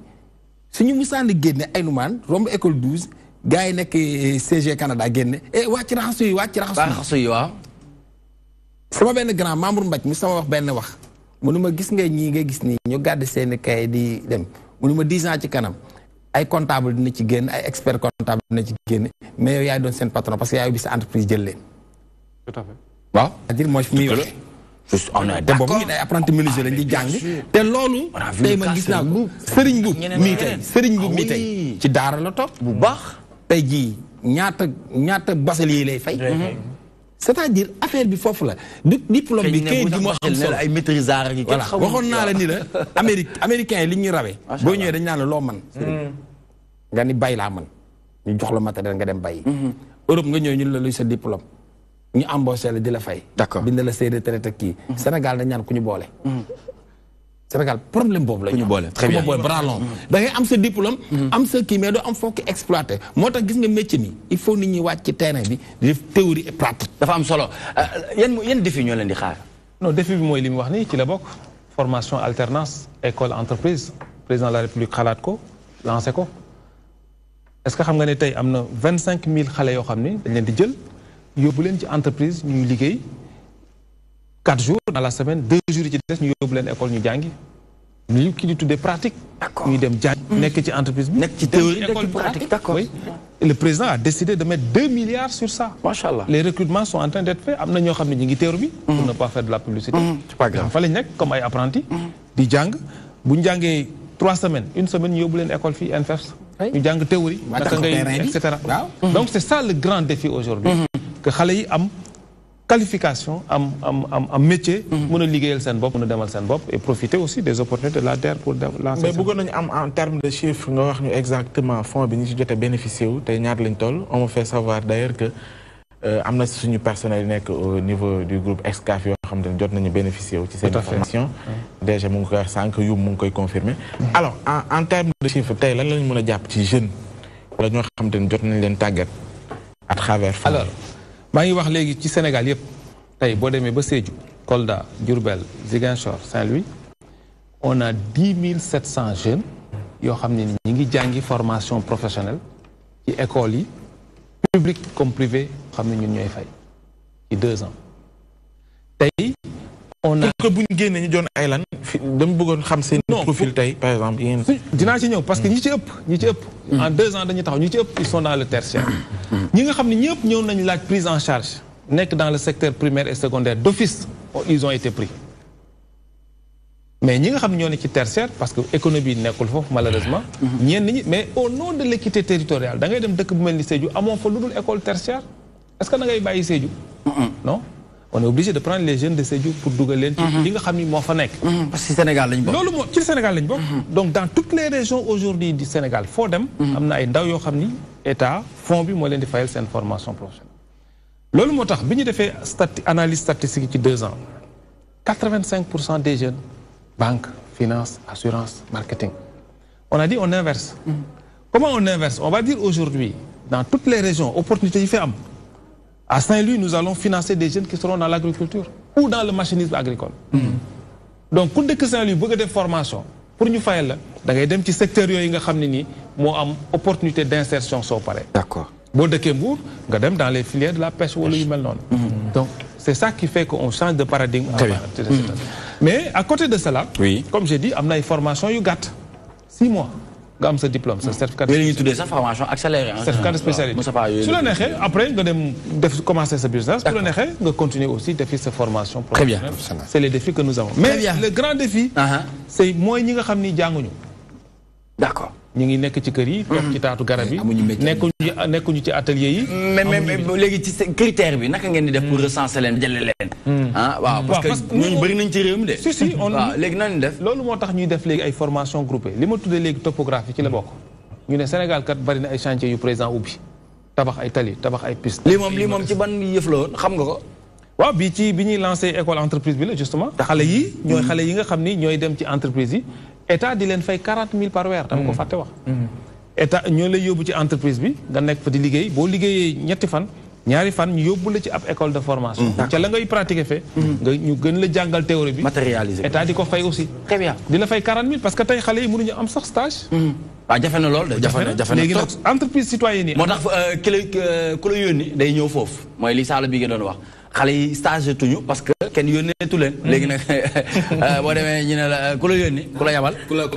nga ne ma Sala Bigué ma ne Sala Bigué me rappelle monsieur Dame Diop DG fonds de financement de la formation professionnelle et technique muy 3FPT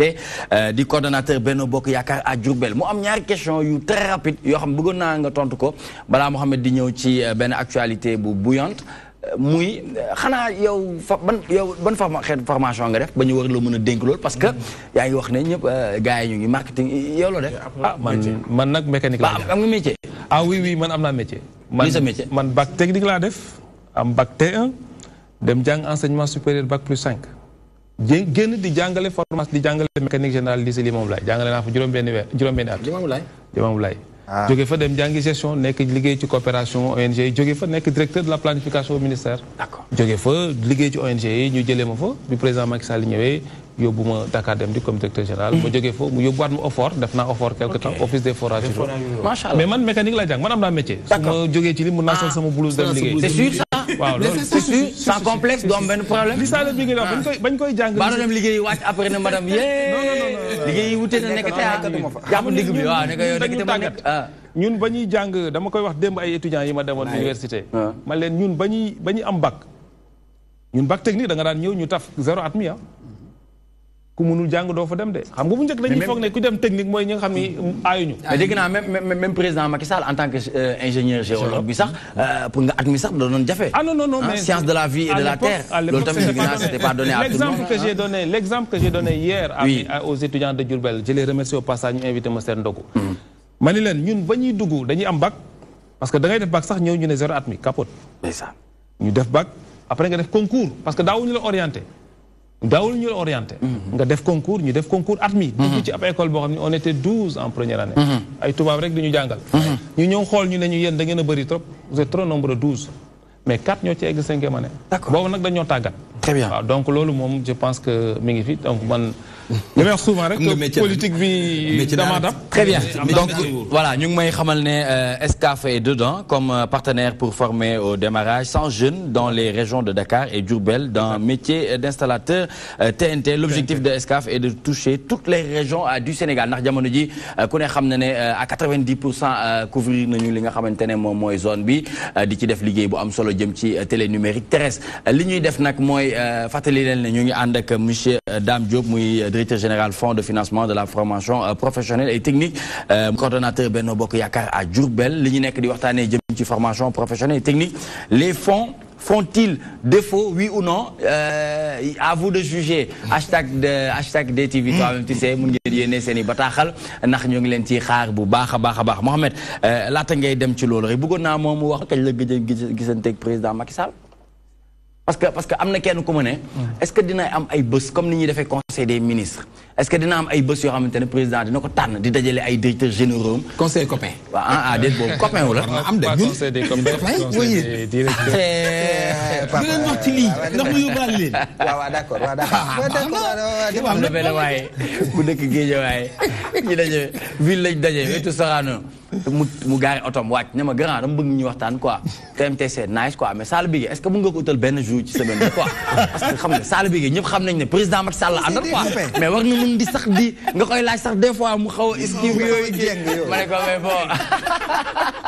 c'est Sala Bigué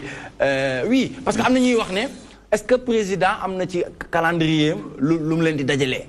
non ce n'est pas du calendrier bu formel mais dinañ daje je sais que gëj nañ daje en tant que directeur parce qu'il est arrivé des moments mu woo ñu ñun ñëpp. bi ngeen koy mujj def ak tey ça remonte à combien de temps. je pense que xaw na yàgg ça doit faire 2 ou 3 ans de cela. bu ñu bu ma bokk man peut-être que il le fait pour d'autres mais amuñu rencontre formalisée. mais parce que ñun suñu ay ministres la ñuy jokko principalement ñoom ñoo ñuy jox instruction yi jox directive yi au nom de la hiérarchie quoi donc c'est vrai qu'une fois il nous avait regroupé wax ñu ku nekk na nga communiquer comme ni ngeen wax léegi ci liggéey parce que c'était important que bon ministre aussi dañuy définir topp ñu jox ñu orientation mais c'est nous qui mettons en œuvre. Très bien. Et il avait demandé que directeurs généraux yi surtout et directeurs yi ñuy communiquer sur ce qu'ils font parce que loolu mooy rendre visible ces actions. merci jërëjëf ñu ànd ak Mohamed mu jox ñu actualité bu mujj bi laata ñuy ànd ak Aidons les talibés ñu ngi ànd ak Seneweb muy xibaar buy doog a yegsi ñu ne resté 2 mois sans bourse les étudiants de l'ENA bloquent la VDN. Ils bloquent la VDN et décrètent 96 heures de grève. Hein. On en parle encore. Tu vois, Djang bi toujours. Ñom wax nañ ni sen administration def na lepp li nga xamni war na ci mais le problème se situe au niveau du ministère des Finances ak Trésor public. Ñom ñoo deful lu war pour que ñu mëna jot seeni ay bourses ki nga xamni moy sen porte-parole ñom élèves École nationale des arts yi mu di Moussa Faye mom mo wax ak suñu ay confrères yu Seneweb xamal leen ni décrété nañ 96 heures de grève yo xamni renouvelable ñaari weer ngi ni ñuy xaar ni bourse jotuñu ko loolu mo waral ñu bloqué VDN bi circulation bi fi mu ne nii demul dikul mais wax nañ également que ni administration école bi en tout cas dégagé na ay responsabilités parce que yónnee nañ état yi nga xam ne war nañ ko yónnee donc le blocage se situe au niveau du ministère des Finances et du Trésor public. waxtaan bi neex na depuis 5 ans ci concertation bi ci fond bi mais bi moom neexul. neexul bi moom ce n'est pas normal. Je pense que. Oui, École nationale des arts. J'ai eu comme hasard la chance d'avoir rencontré le directeur ce matin, mais je pense que c'est pas normal. Ok, ay bourse moom li fi xewoon dañ ko parce que li may wax rek ni ñuy def di traiter salaire yi. bu ñu ko waree nag boolee nag bourse yi. je pense que coow du am. donc c'est pas normal on le regrette. Alors mais attendez, on rectifie. Il s'agit pas de l'École nationale d'administration mais des arts. Des arts. Non, c'est l'École nationale des arts. Oui, c'est l'École nationale des arts. Donc je dis que c'est pas normal, c'est regrettable. Bon, qu'est-ce qui s'est passé pour que le ministère des Finances ne paye pas? Bon, en tout cas, il faut le regretter. D'accord. Et que quand même, que nous respections l'instruction du président de la République. Parce que l'instruction, la directive, ça a été voté dans un budget, il faut l'appliquer. Parce que quand même, étudiants, quand même, les bourses, c'est assez vital.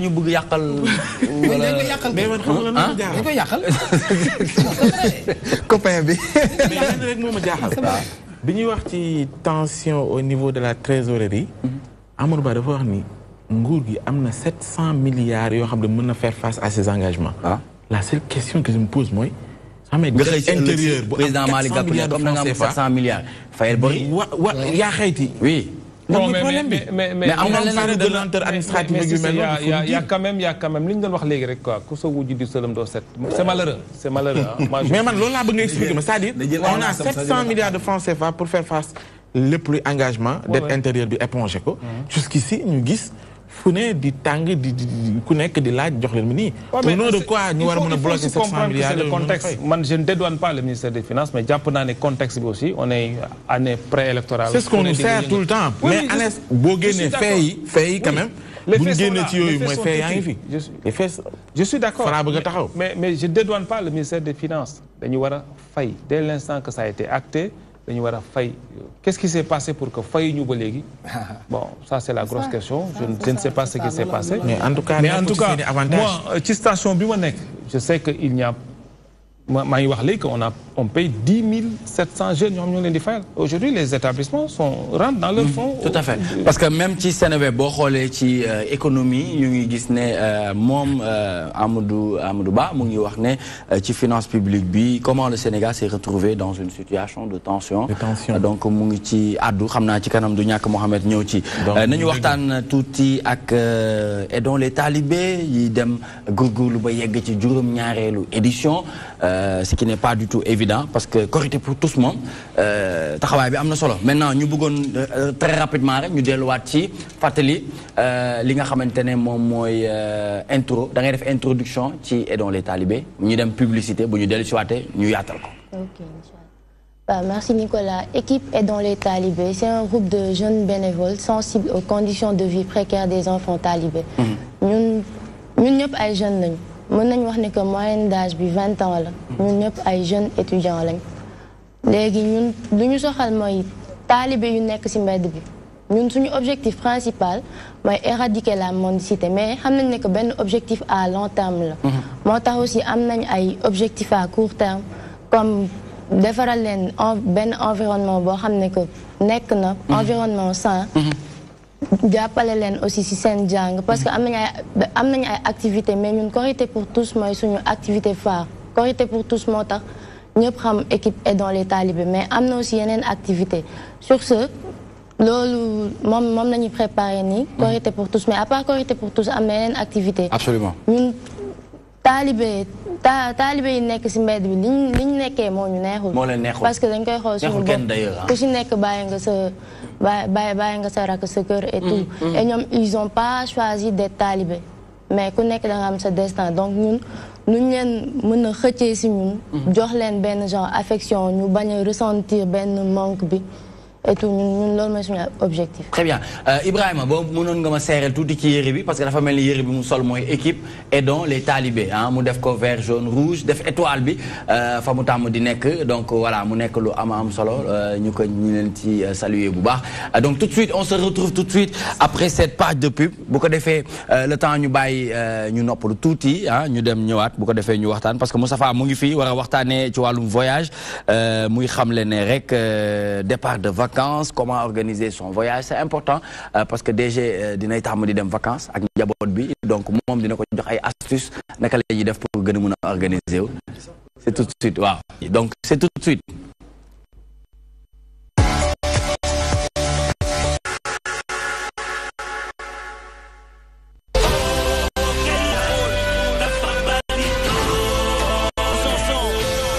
Coupe du monde Russie 2018, mesdames et messieurs. La DTV vous fera vivre l'événement à travers le journal du mondial. Le JDM, c'est tous les jours à partir de 22h45. Des réactions, des analyses, des commentaires, c'est tout sur le mondial Russie 2018. Ok, lu xew ci mondial bi c'est un journal du mondial du JDM bi ngeen am lépp nga xamante ne moo xew ci Russie. Coupe du monde Russie 2018 ci DTV.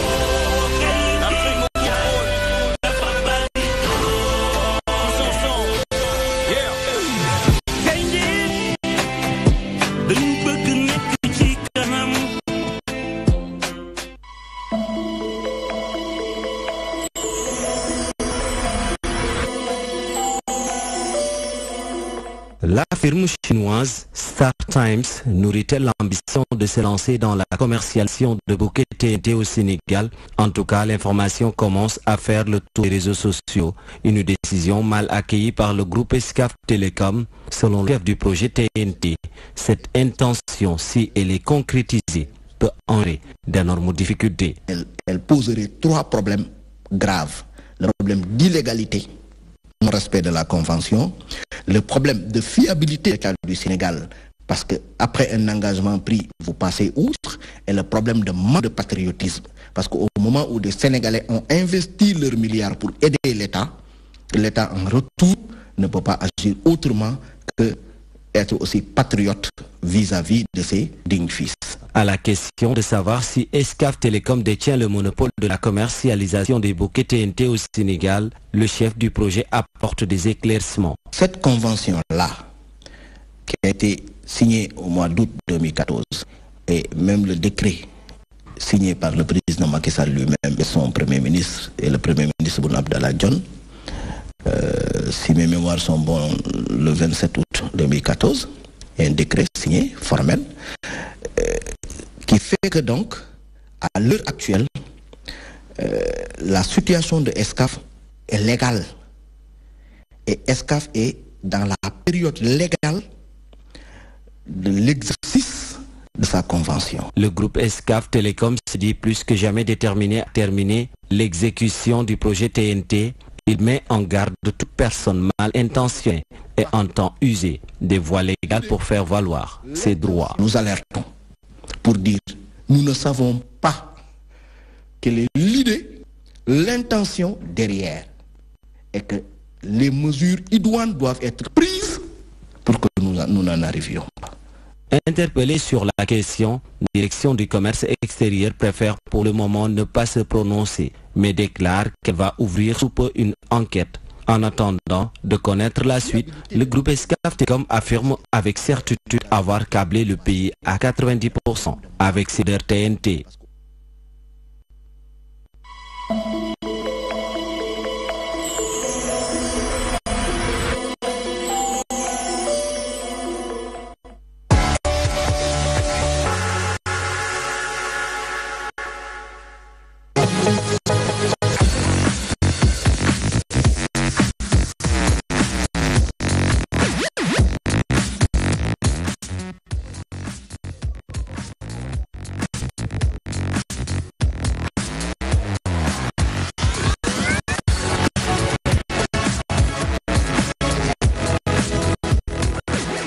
se retrouve pour la deuxième partie dans Toi-même tu sais, le rendez-vous incontournable qui se déroule du lundi au vendredi. L'heure de vous instruire, vous divertir, mais aussi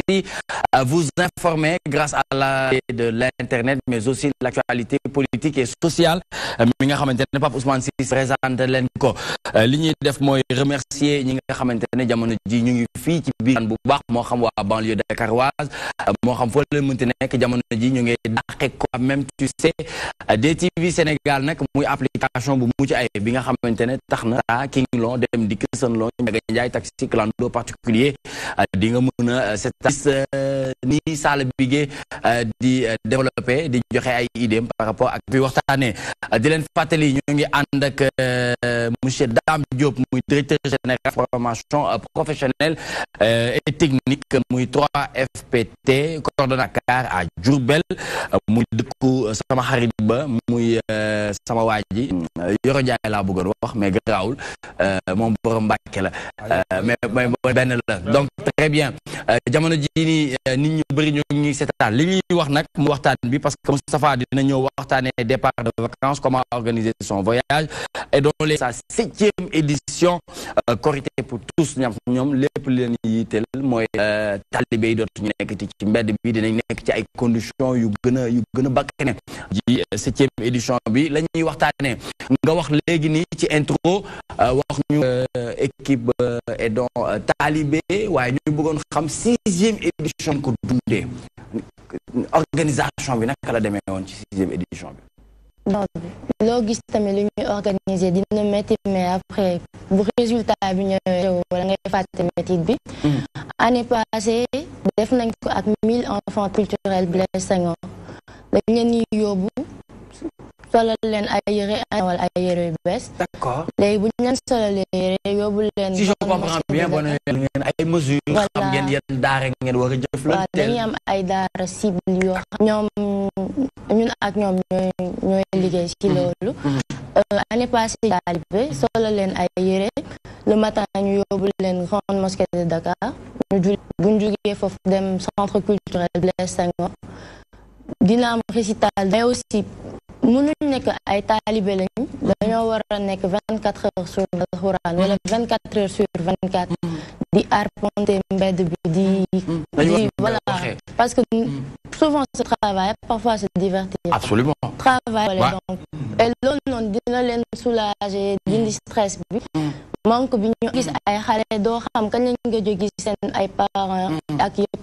ñun loolu noonu la wan leen nekk nit ñi marginalisé wuñ leen que ñu ngi suñu xel la moom c'est une famille donc dañuy passer ak ñoom journée bi encore dina am aussi ay activités ludiques ak ay activités aussi didactiques. D'accord. ñu bañ fàtte aussi li ñuy jàng. Très bien donc su ma comprendre bu baax loolu ci 6e et di nga gis talibé bu xamante ne moom a gën sax nekk à l'aise day dugg ci biir kër gi ne jël télécommande bi dugg ci biir commande ndékki pour wane ne rek ni ñu Abdou Gueye dégg nga li nga xamante ne Amina wax ak 6e édition bi ñoo ngi dem ci 7e bi nag du ñàkk dina am ay innovatif bi wala attente bi ci 7e édition bi lan la attente. di prévoir def ko ak 300 enfants talibés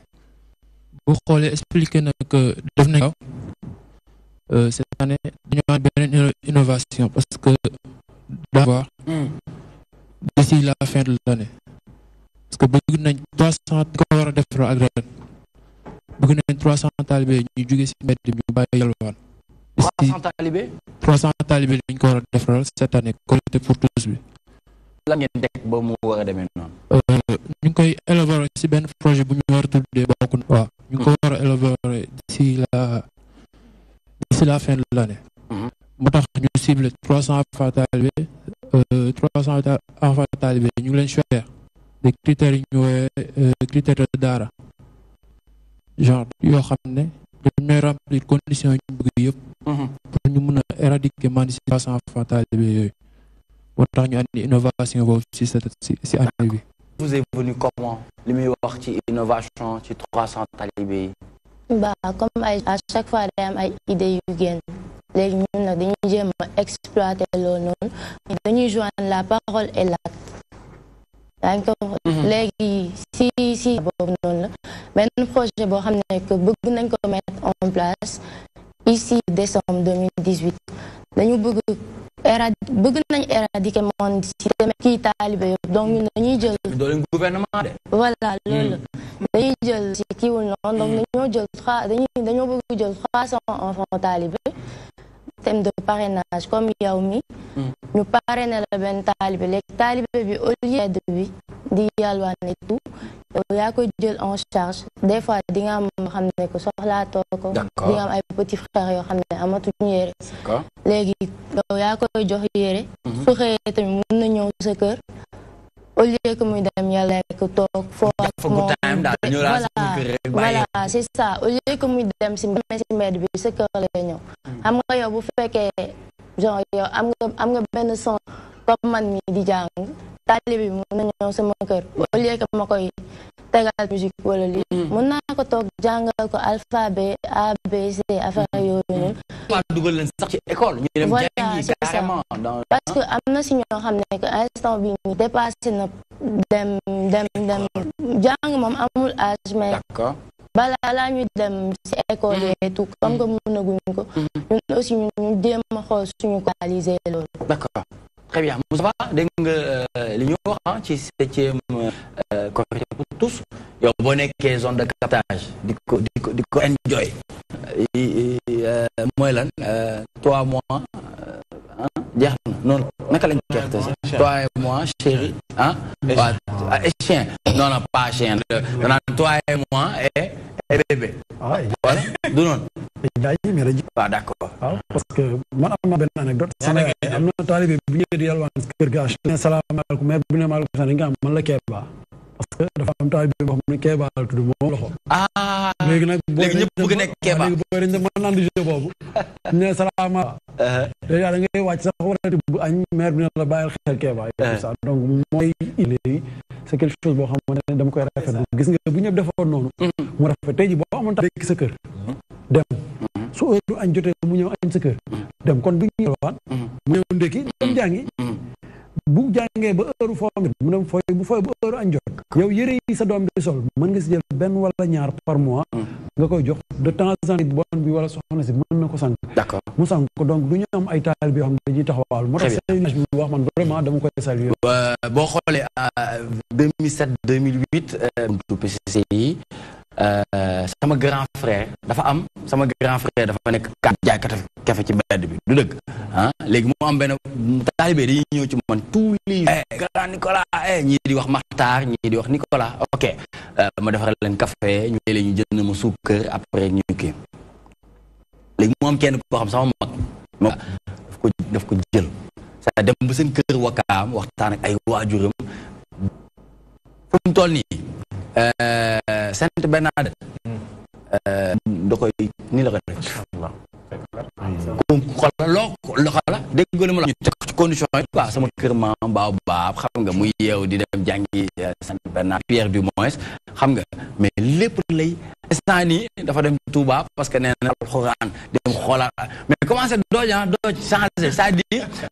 je pense que ñuy wax ni nit ku ci nekk rek du ci wasuwee rek defe naa ne dinañ ko dimbale état parce que ñun état mënul def lépp du ma bàyyi sànni ci kàddu nga def le mot de la fin wax programmation ñu joxe le rendez-vous pour que si jàppale leen ci. waaw fekk féliciter xale yi parce que loolu regretter rek ne nag yalwaan li ko taxoon mu jóg du woon malheureusement léegi dafa bari ñuy tuddee seen bopp sëriñ te duñu ay sëriñ ñoo dugg ci maanaam li saala bi gi wax lu ne dafa naaw dugg seen biir waaw dafa naa ne loolu am dugg ci biir mais je veux dire que yalwaan ay chasseur de prix yalwaan bu njëkk dañ la woon éducation nga xam àdduna toj xol bi nga bañ a rëy mala dafa bari ay sëriñ yoo xam ni sëriñ xaalis la ñu wute xale yi li xale yi def day bokk ci li combattre loolu je pense que duñu encouragé leen ñun en tout cas ci formation professionnelle am nañ programme ak daara yi maa ngi koy wax léegi que xale yi nga xam ni jàng nañ daara ba mokkal Alxuraan nekk di jàng xam-xam wala leen jàngal leen métier pour que suñu bëggee après ñu dem nekk électricien. lëkkaloo mën naa am fi mën ci terrain. on a ce programme on a un programme pour les jeunes qui sont dans les ñooñu aussi bëgg nañ leen jox formation professionnelle pour que après ñu mën a en tout cas félicitations chapeau les 1000 talibés à Dakar c'est pas évident. Très bien. waaw ñu nga jeexal waa. bon si loolu noonu ndax laay dem si objectif Korité pour tout fi mooy jour Korité ñu bañ a gis benn taalibe bu yalwaan si mbedd bi passé en famille mais ñun dañuy bàyyi suñu kër dem nekk ak xale yi pour balwaan parce que man je me rappelle ñun ñu nekkee xale sa yaay lan la lay wax xaalis bu ko jël donc pourquoi xale yooyu noonu di dem di jël xaalisu inconnu et xaalis dafa nekk lu doy waar parce que boo tamee voilà dafa bëri tantaa ma xaalis toog gisatoo ko di nga dem defi leneen pour am ko bëgg kii woo suñu rak yooyu donc maa ngi invité ñëpp à la place du souvenir africain ñu fêtendoo foofu noonu ak pour leur permettre de vivre pleinement la fête de Korité. D'accord, très bien. Abdou Gueye def di gërëm sunu papa bi toog fii si li mu wax am pour Oumar Gueye pour enfants talibé yi parce que ñun commencé nañ benn projet Education for Talibé ñu ngi koy def depuis la ay années genre ñu jàngal ñi nga xam ne ñu ngi am entre 5 ans ak 14 ans ñu jàngal leen français plus de 14 ans ñu jëm leen insérer si ay métiers ñu commencé en automne donc kon bu état bi demee ba rejoindre si loolu dañuy def lu sant yàlla di leen si gërëm léegi di jéem a xool noonu def ba lëkkaloo ak moom. waaw incha allah loolu am sa voilà day tax mu jëm kanam ah Doomu Mbaye dafa mel ni koor gi jàpp moom tey da nga ko yëg de tey moom tey dafa mel ni tey mooy bés bu baax bi de Très bien, donc merci beaucoup Amina Ndao, merci Aidons les Talibés avec sa 7e édition Korité pour tous di sargal bu baax Khalifa bokk ci Aidons les Talibés di ci def jéego yu am solo parce que équipe la boo xamante ne équipe je xam li ñu bëgg xam fi ñuy dem donc ñi ñaan rek gars yi jàpp ci jàppale mu gën a mën a dem ca kaw ca kanam ci lu baax ñu ànd ak nag ki nga xamante ne mooy Moustapha Gueye départ organiser son voyage c'est dans prévention et sécurité sénégalaise.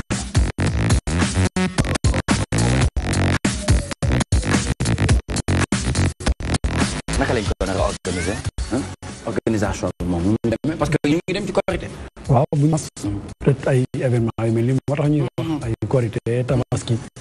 donc genre ay déplacement de masse léegi nag dafa am ñetti axes principaux yoo xamante ne képp kuy war a voyager war nga see wàcc wàll sa bopp ba pare balaa ngay dem bi ci njëkk mooy nga préparer sa itinéraire mooy nga def la diagnostic de ta voiture balaa ngay dem benn bi ci topp mooy nga toppatoo sa yaram yow. donc préparation itinéraire nag mooy lan mooy yow xam nga fi nga jëm waaye cette fois-ci dafay changer parce que d'habitude soo daan dem da nga daan dem peut-être du bëri mais cette fois-ci il y a plusieurs personnes qui vont se déplacer il y a plusieurs véhicules yoo xamante ne da ngay jànkuwante voyage ci guddi ñu bëccëg parce que tout simplement ñëppay génn donc loo xamante ne dafay laaj benn planification par exemple gis na ñoo xam ne dañuy dem ba ay Nimzat di Korité ba Nimzat di Korité ji nga war a mën a préparer sa itinéraire nga ne habituellement su ma daan dem Nimzat nii cette fois-ci nii laa jaar mais aussi mën naa prévoir ay voies de contournement tey ji su ma xalaat mën naa jaar nii pour éviter les embouteillages yëpp ci préparation itinéraire la bokk si bokk na si nga choisir le bon moment le meilleur moment pour voyager. mais da nga doon dégg ci sa wax teggi. waaw changer yoon. loolu bokk na ci li ñuy digal. waaw parce que tey jii nii yëpp par exemple nga war a génn Dakar tu peux avoir le choix de passer par le tour à péage wala nga jaar yoonu Yarax yooyu yëpp ay choix d'itinéraire la. c'est-à-dire yëpp kañ noonu teggi bi muy wax moom comprendre naa teggi bi wax mooy ngay daw ba jékki-jékki nga ne xaar ma wàcc dugg ci mbooy seetloo ñu gis la waaw moo tax seetloo retour de fer bu amee oto yu bëri dañ lay pan ñoom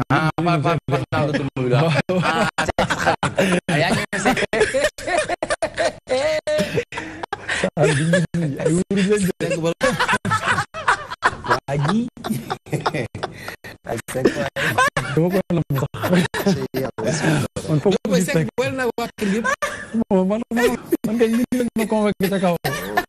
kii laa def ko avocat dama fekkee lépp loolu garaaw. Fekk mos naa ko fi essayé. 31 décembre jaaree voilà donc teggi boobu noonu moo lay yóbbu ci ñoom Seck. pour nga bañ a yegg ci ñoom Seck nag. li nga xamante ne moom mooy les itinéraires classiques. maanaam yoonu tali yi. léegi nag choix commencé nga xam ne tey man war naa voyager. war naa dem par exemple Tambacounda. mais pour ma génn Dakar autoroute à péage laa jël wala route nationale laa jël wala su ma génnee laa jaar par exemple su ma war a dem Ziguinchor yoon bi laa jaar donc yow dans ta tête yow tracé nga sa itinéraire dans d'autres pays da nga naan tey da ngay teg cartographie nga teg carte bi nga ne voie yi laa jaar mais yow dans ta tête mën nga tracé yoon bi nga war a jaar. parce que Sénégal moom dañuy wax ne bu nekkee France dañ ne la ngam ak nangam kii mais fii moom wetu kiosque bi moo laaf boobu noonu ko rombee après am na benn poto léegi boo leen fa fekkul nag bés boobu day def noonu la ñuy teg donc nga tënk ci condition de circulation ngay bàyyi xel météo parce que fii duñ ko def météo dina la jox ay prévisions 24 heures dans 24 heures bu taw yooyu yëpp dina la ko wax nga bàyyi xel ci yooyu yëpp d'accord boo paree ci préparer sa itinéraire pour voyager mais nga def benn diagnostic de base diagnostic de base mooy la mooy nga vérifier niveau kew ma ndox manqué wu ma huile xam nga pression pneu yi baax na vérifier sa cric yu ci bëri da ngay gis ñoo xamante ne dañuy paan ci àll bi ay détails ay ñàkk fay parce que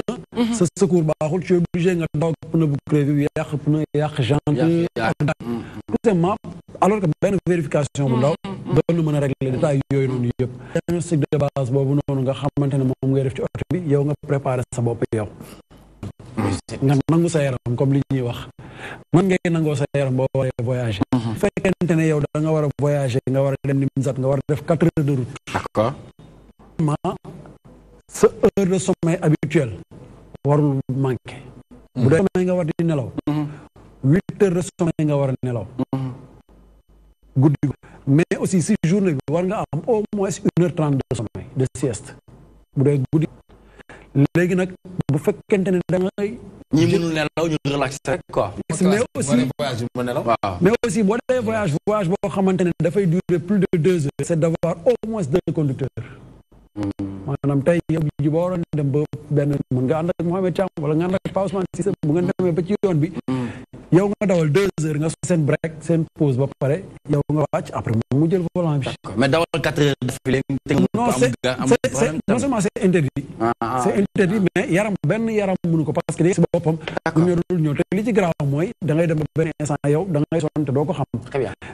ngay jël ay yenn alimentation yi nga xamante ne habituellement daan la ko jël par exemple yow benn bi sous prétexte que da ngay voyager à 19 heures da ngay voyager la nuit à 19 heures nga jël benn fort baaxul lan moo tax baaxul parce que dafay inhiber say capteurs sensoriels de fatigue yi nga xamante ne koy xamal café bi loolu lay inhiber léegi yow di nga sonn te doo xam ne sonn nga xam nga say réaction di yéex sa nervosité di gën a yokk loolu mooy enchaînement d'erreur succession d'erreur moom mooy résultantu accident donc ñu pare ci loolu su fekkente ne da nga nekk sous traitement médical aussi nga war a voyager depuis nga commencé ko 48 heures avant ngay voyager pour nga mën a tester yan effet secondaire yi def parce que Sénégal ñun du ñu bàyyi xel ci lu ñuy woowee médicament et conduite mais c'est quelque chose de très dangereux boo ubbee ci ginnaaw dañu fa benn triangle de danger pour wala boo koy jël waroo dawal mais ñu bëri duñ ci tenir effet secondaire yi def pourquoi waruloo dawal donc c'est des choses yoo xamante ne ñu war nañ cay bàyyi xel mais aussi ñu ñëw ci transport en commun yi pour wax la ne transport moo am transport de marchandises transport de personnes et transport naa loolu moom mercredi prochain nga mardi prochain nga gën ko yaatal waaw ñu wax ci loolu noonu pour ñu ba ci benn saak bëgg leen a génn Dakar ñu yóbbu leen ci ay njombe yoo xam ne du gën a Sénégal jërëjëf Moustapha sant nañu la kon sécurité et prévention doon waxtaanee départ de vacances comment organiser son voyage Yoro Ndiaye musicien nga xamante ne on a beaucoup de respect ndax jéego yu muy ma laaj la comment qu'est-ce qui gêne dans les métiers de la culture et des arts lay wax léegi Yoro Ndiaye moo la ko Yoro Ndiaye maa ngi koy nuyu au passage moom xarit boobu que j'adore de temps à autre mais c'est une bonne question Yoro des neen day ñëw des fois doo comprendre géej naa fa mais daan na dem dëgg la may def naa réunion ak directeur des arts ci projet boo xam ñu ngi koy tëgg Sénégal formation des acteurs culturels am nañ sax beneen projet mais qui dem ak rappeurs yi parce que j'ai dit aux rappeurs Fou Malade ak Passage que am na métier yu bëri yu wër rap bi technicien de lumière son manager graffiti voilà tout ça c'est des DJ c'est des choses. Alors on est en train de travailler pour que tous les jeunes qui tournent autour de comment il dit urbaine que ñu former leen. Mais le projet qu'on a bu ma doon waxtaan le directeur directeur de l'école des arts ak ses partenaires qui sont venus me voir dañu bëgg a former les artistes de culture sur la fabrication d'instruments. Moi j'étais surpris de comprendre 1 million. xaw ma loolu. nga jàpp ne balafon lu ñu non pour man 50 000 200 000 aywa. non j'étais alors donc et yooyu c'est des choses yoo xam ni on est en train de travailler sur un Ziguinchor, Saint-Louis, Diourbel et Dakar. D'accord. Je pense que Diourbel moom yor na nga fexe ba nga am ci taxawaay bu am solo ñu te ñoo fa nekk bu ñu leen naree tàggat ndax ñoom am nañu gis-gis yu toll noonu. ànd gërëm bu baax ànd bi nga ñëwoon ànd ak ñun waxtaanee ak ñun mu am yenn yoo xamante ne jotoon na bopp sénégalais waaye leeral nga ko ak pertinence bi mais ànd ak dal bi solo ñu ngi lay jaajëfal ñu bàyyi la rek nga def le message à l'endroit des Sénégalais qui nous regardent d'ici et le message que je lance, dommage qu'on n'a pas abordé le côté politique, c'est le moins important. Waaw grave beneen yoon dinaa ñëwaat. mais tamit fond bi war ngeen ñëw sponsoriser émission bi. fond bi war ngeen ñëw ñu collaborer ngeen ut sax benn chroniqueur ou chroniqueuse. bu ñëw di toog ci plateau bi. di communiquer. Madame Sharon, ma responsable de communication, viendra ici. Très bien, merci beaucoup. Non, le message que je lance, c'est que aujourd'hui, li may wax, on a un président de la République qui a une vision acceptée par tous, qui a mis les moyens.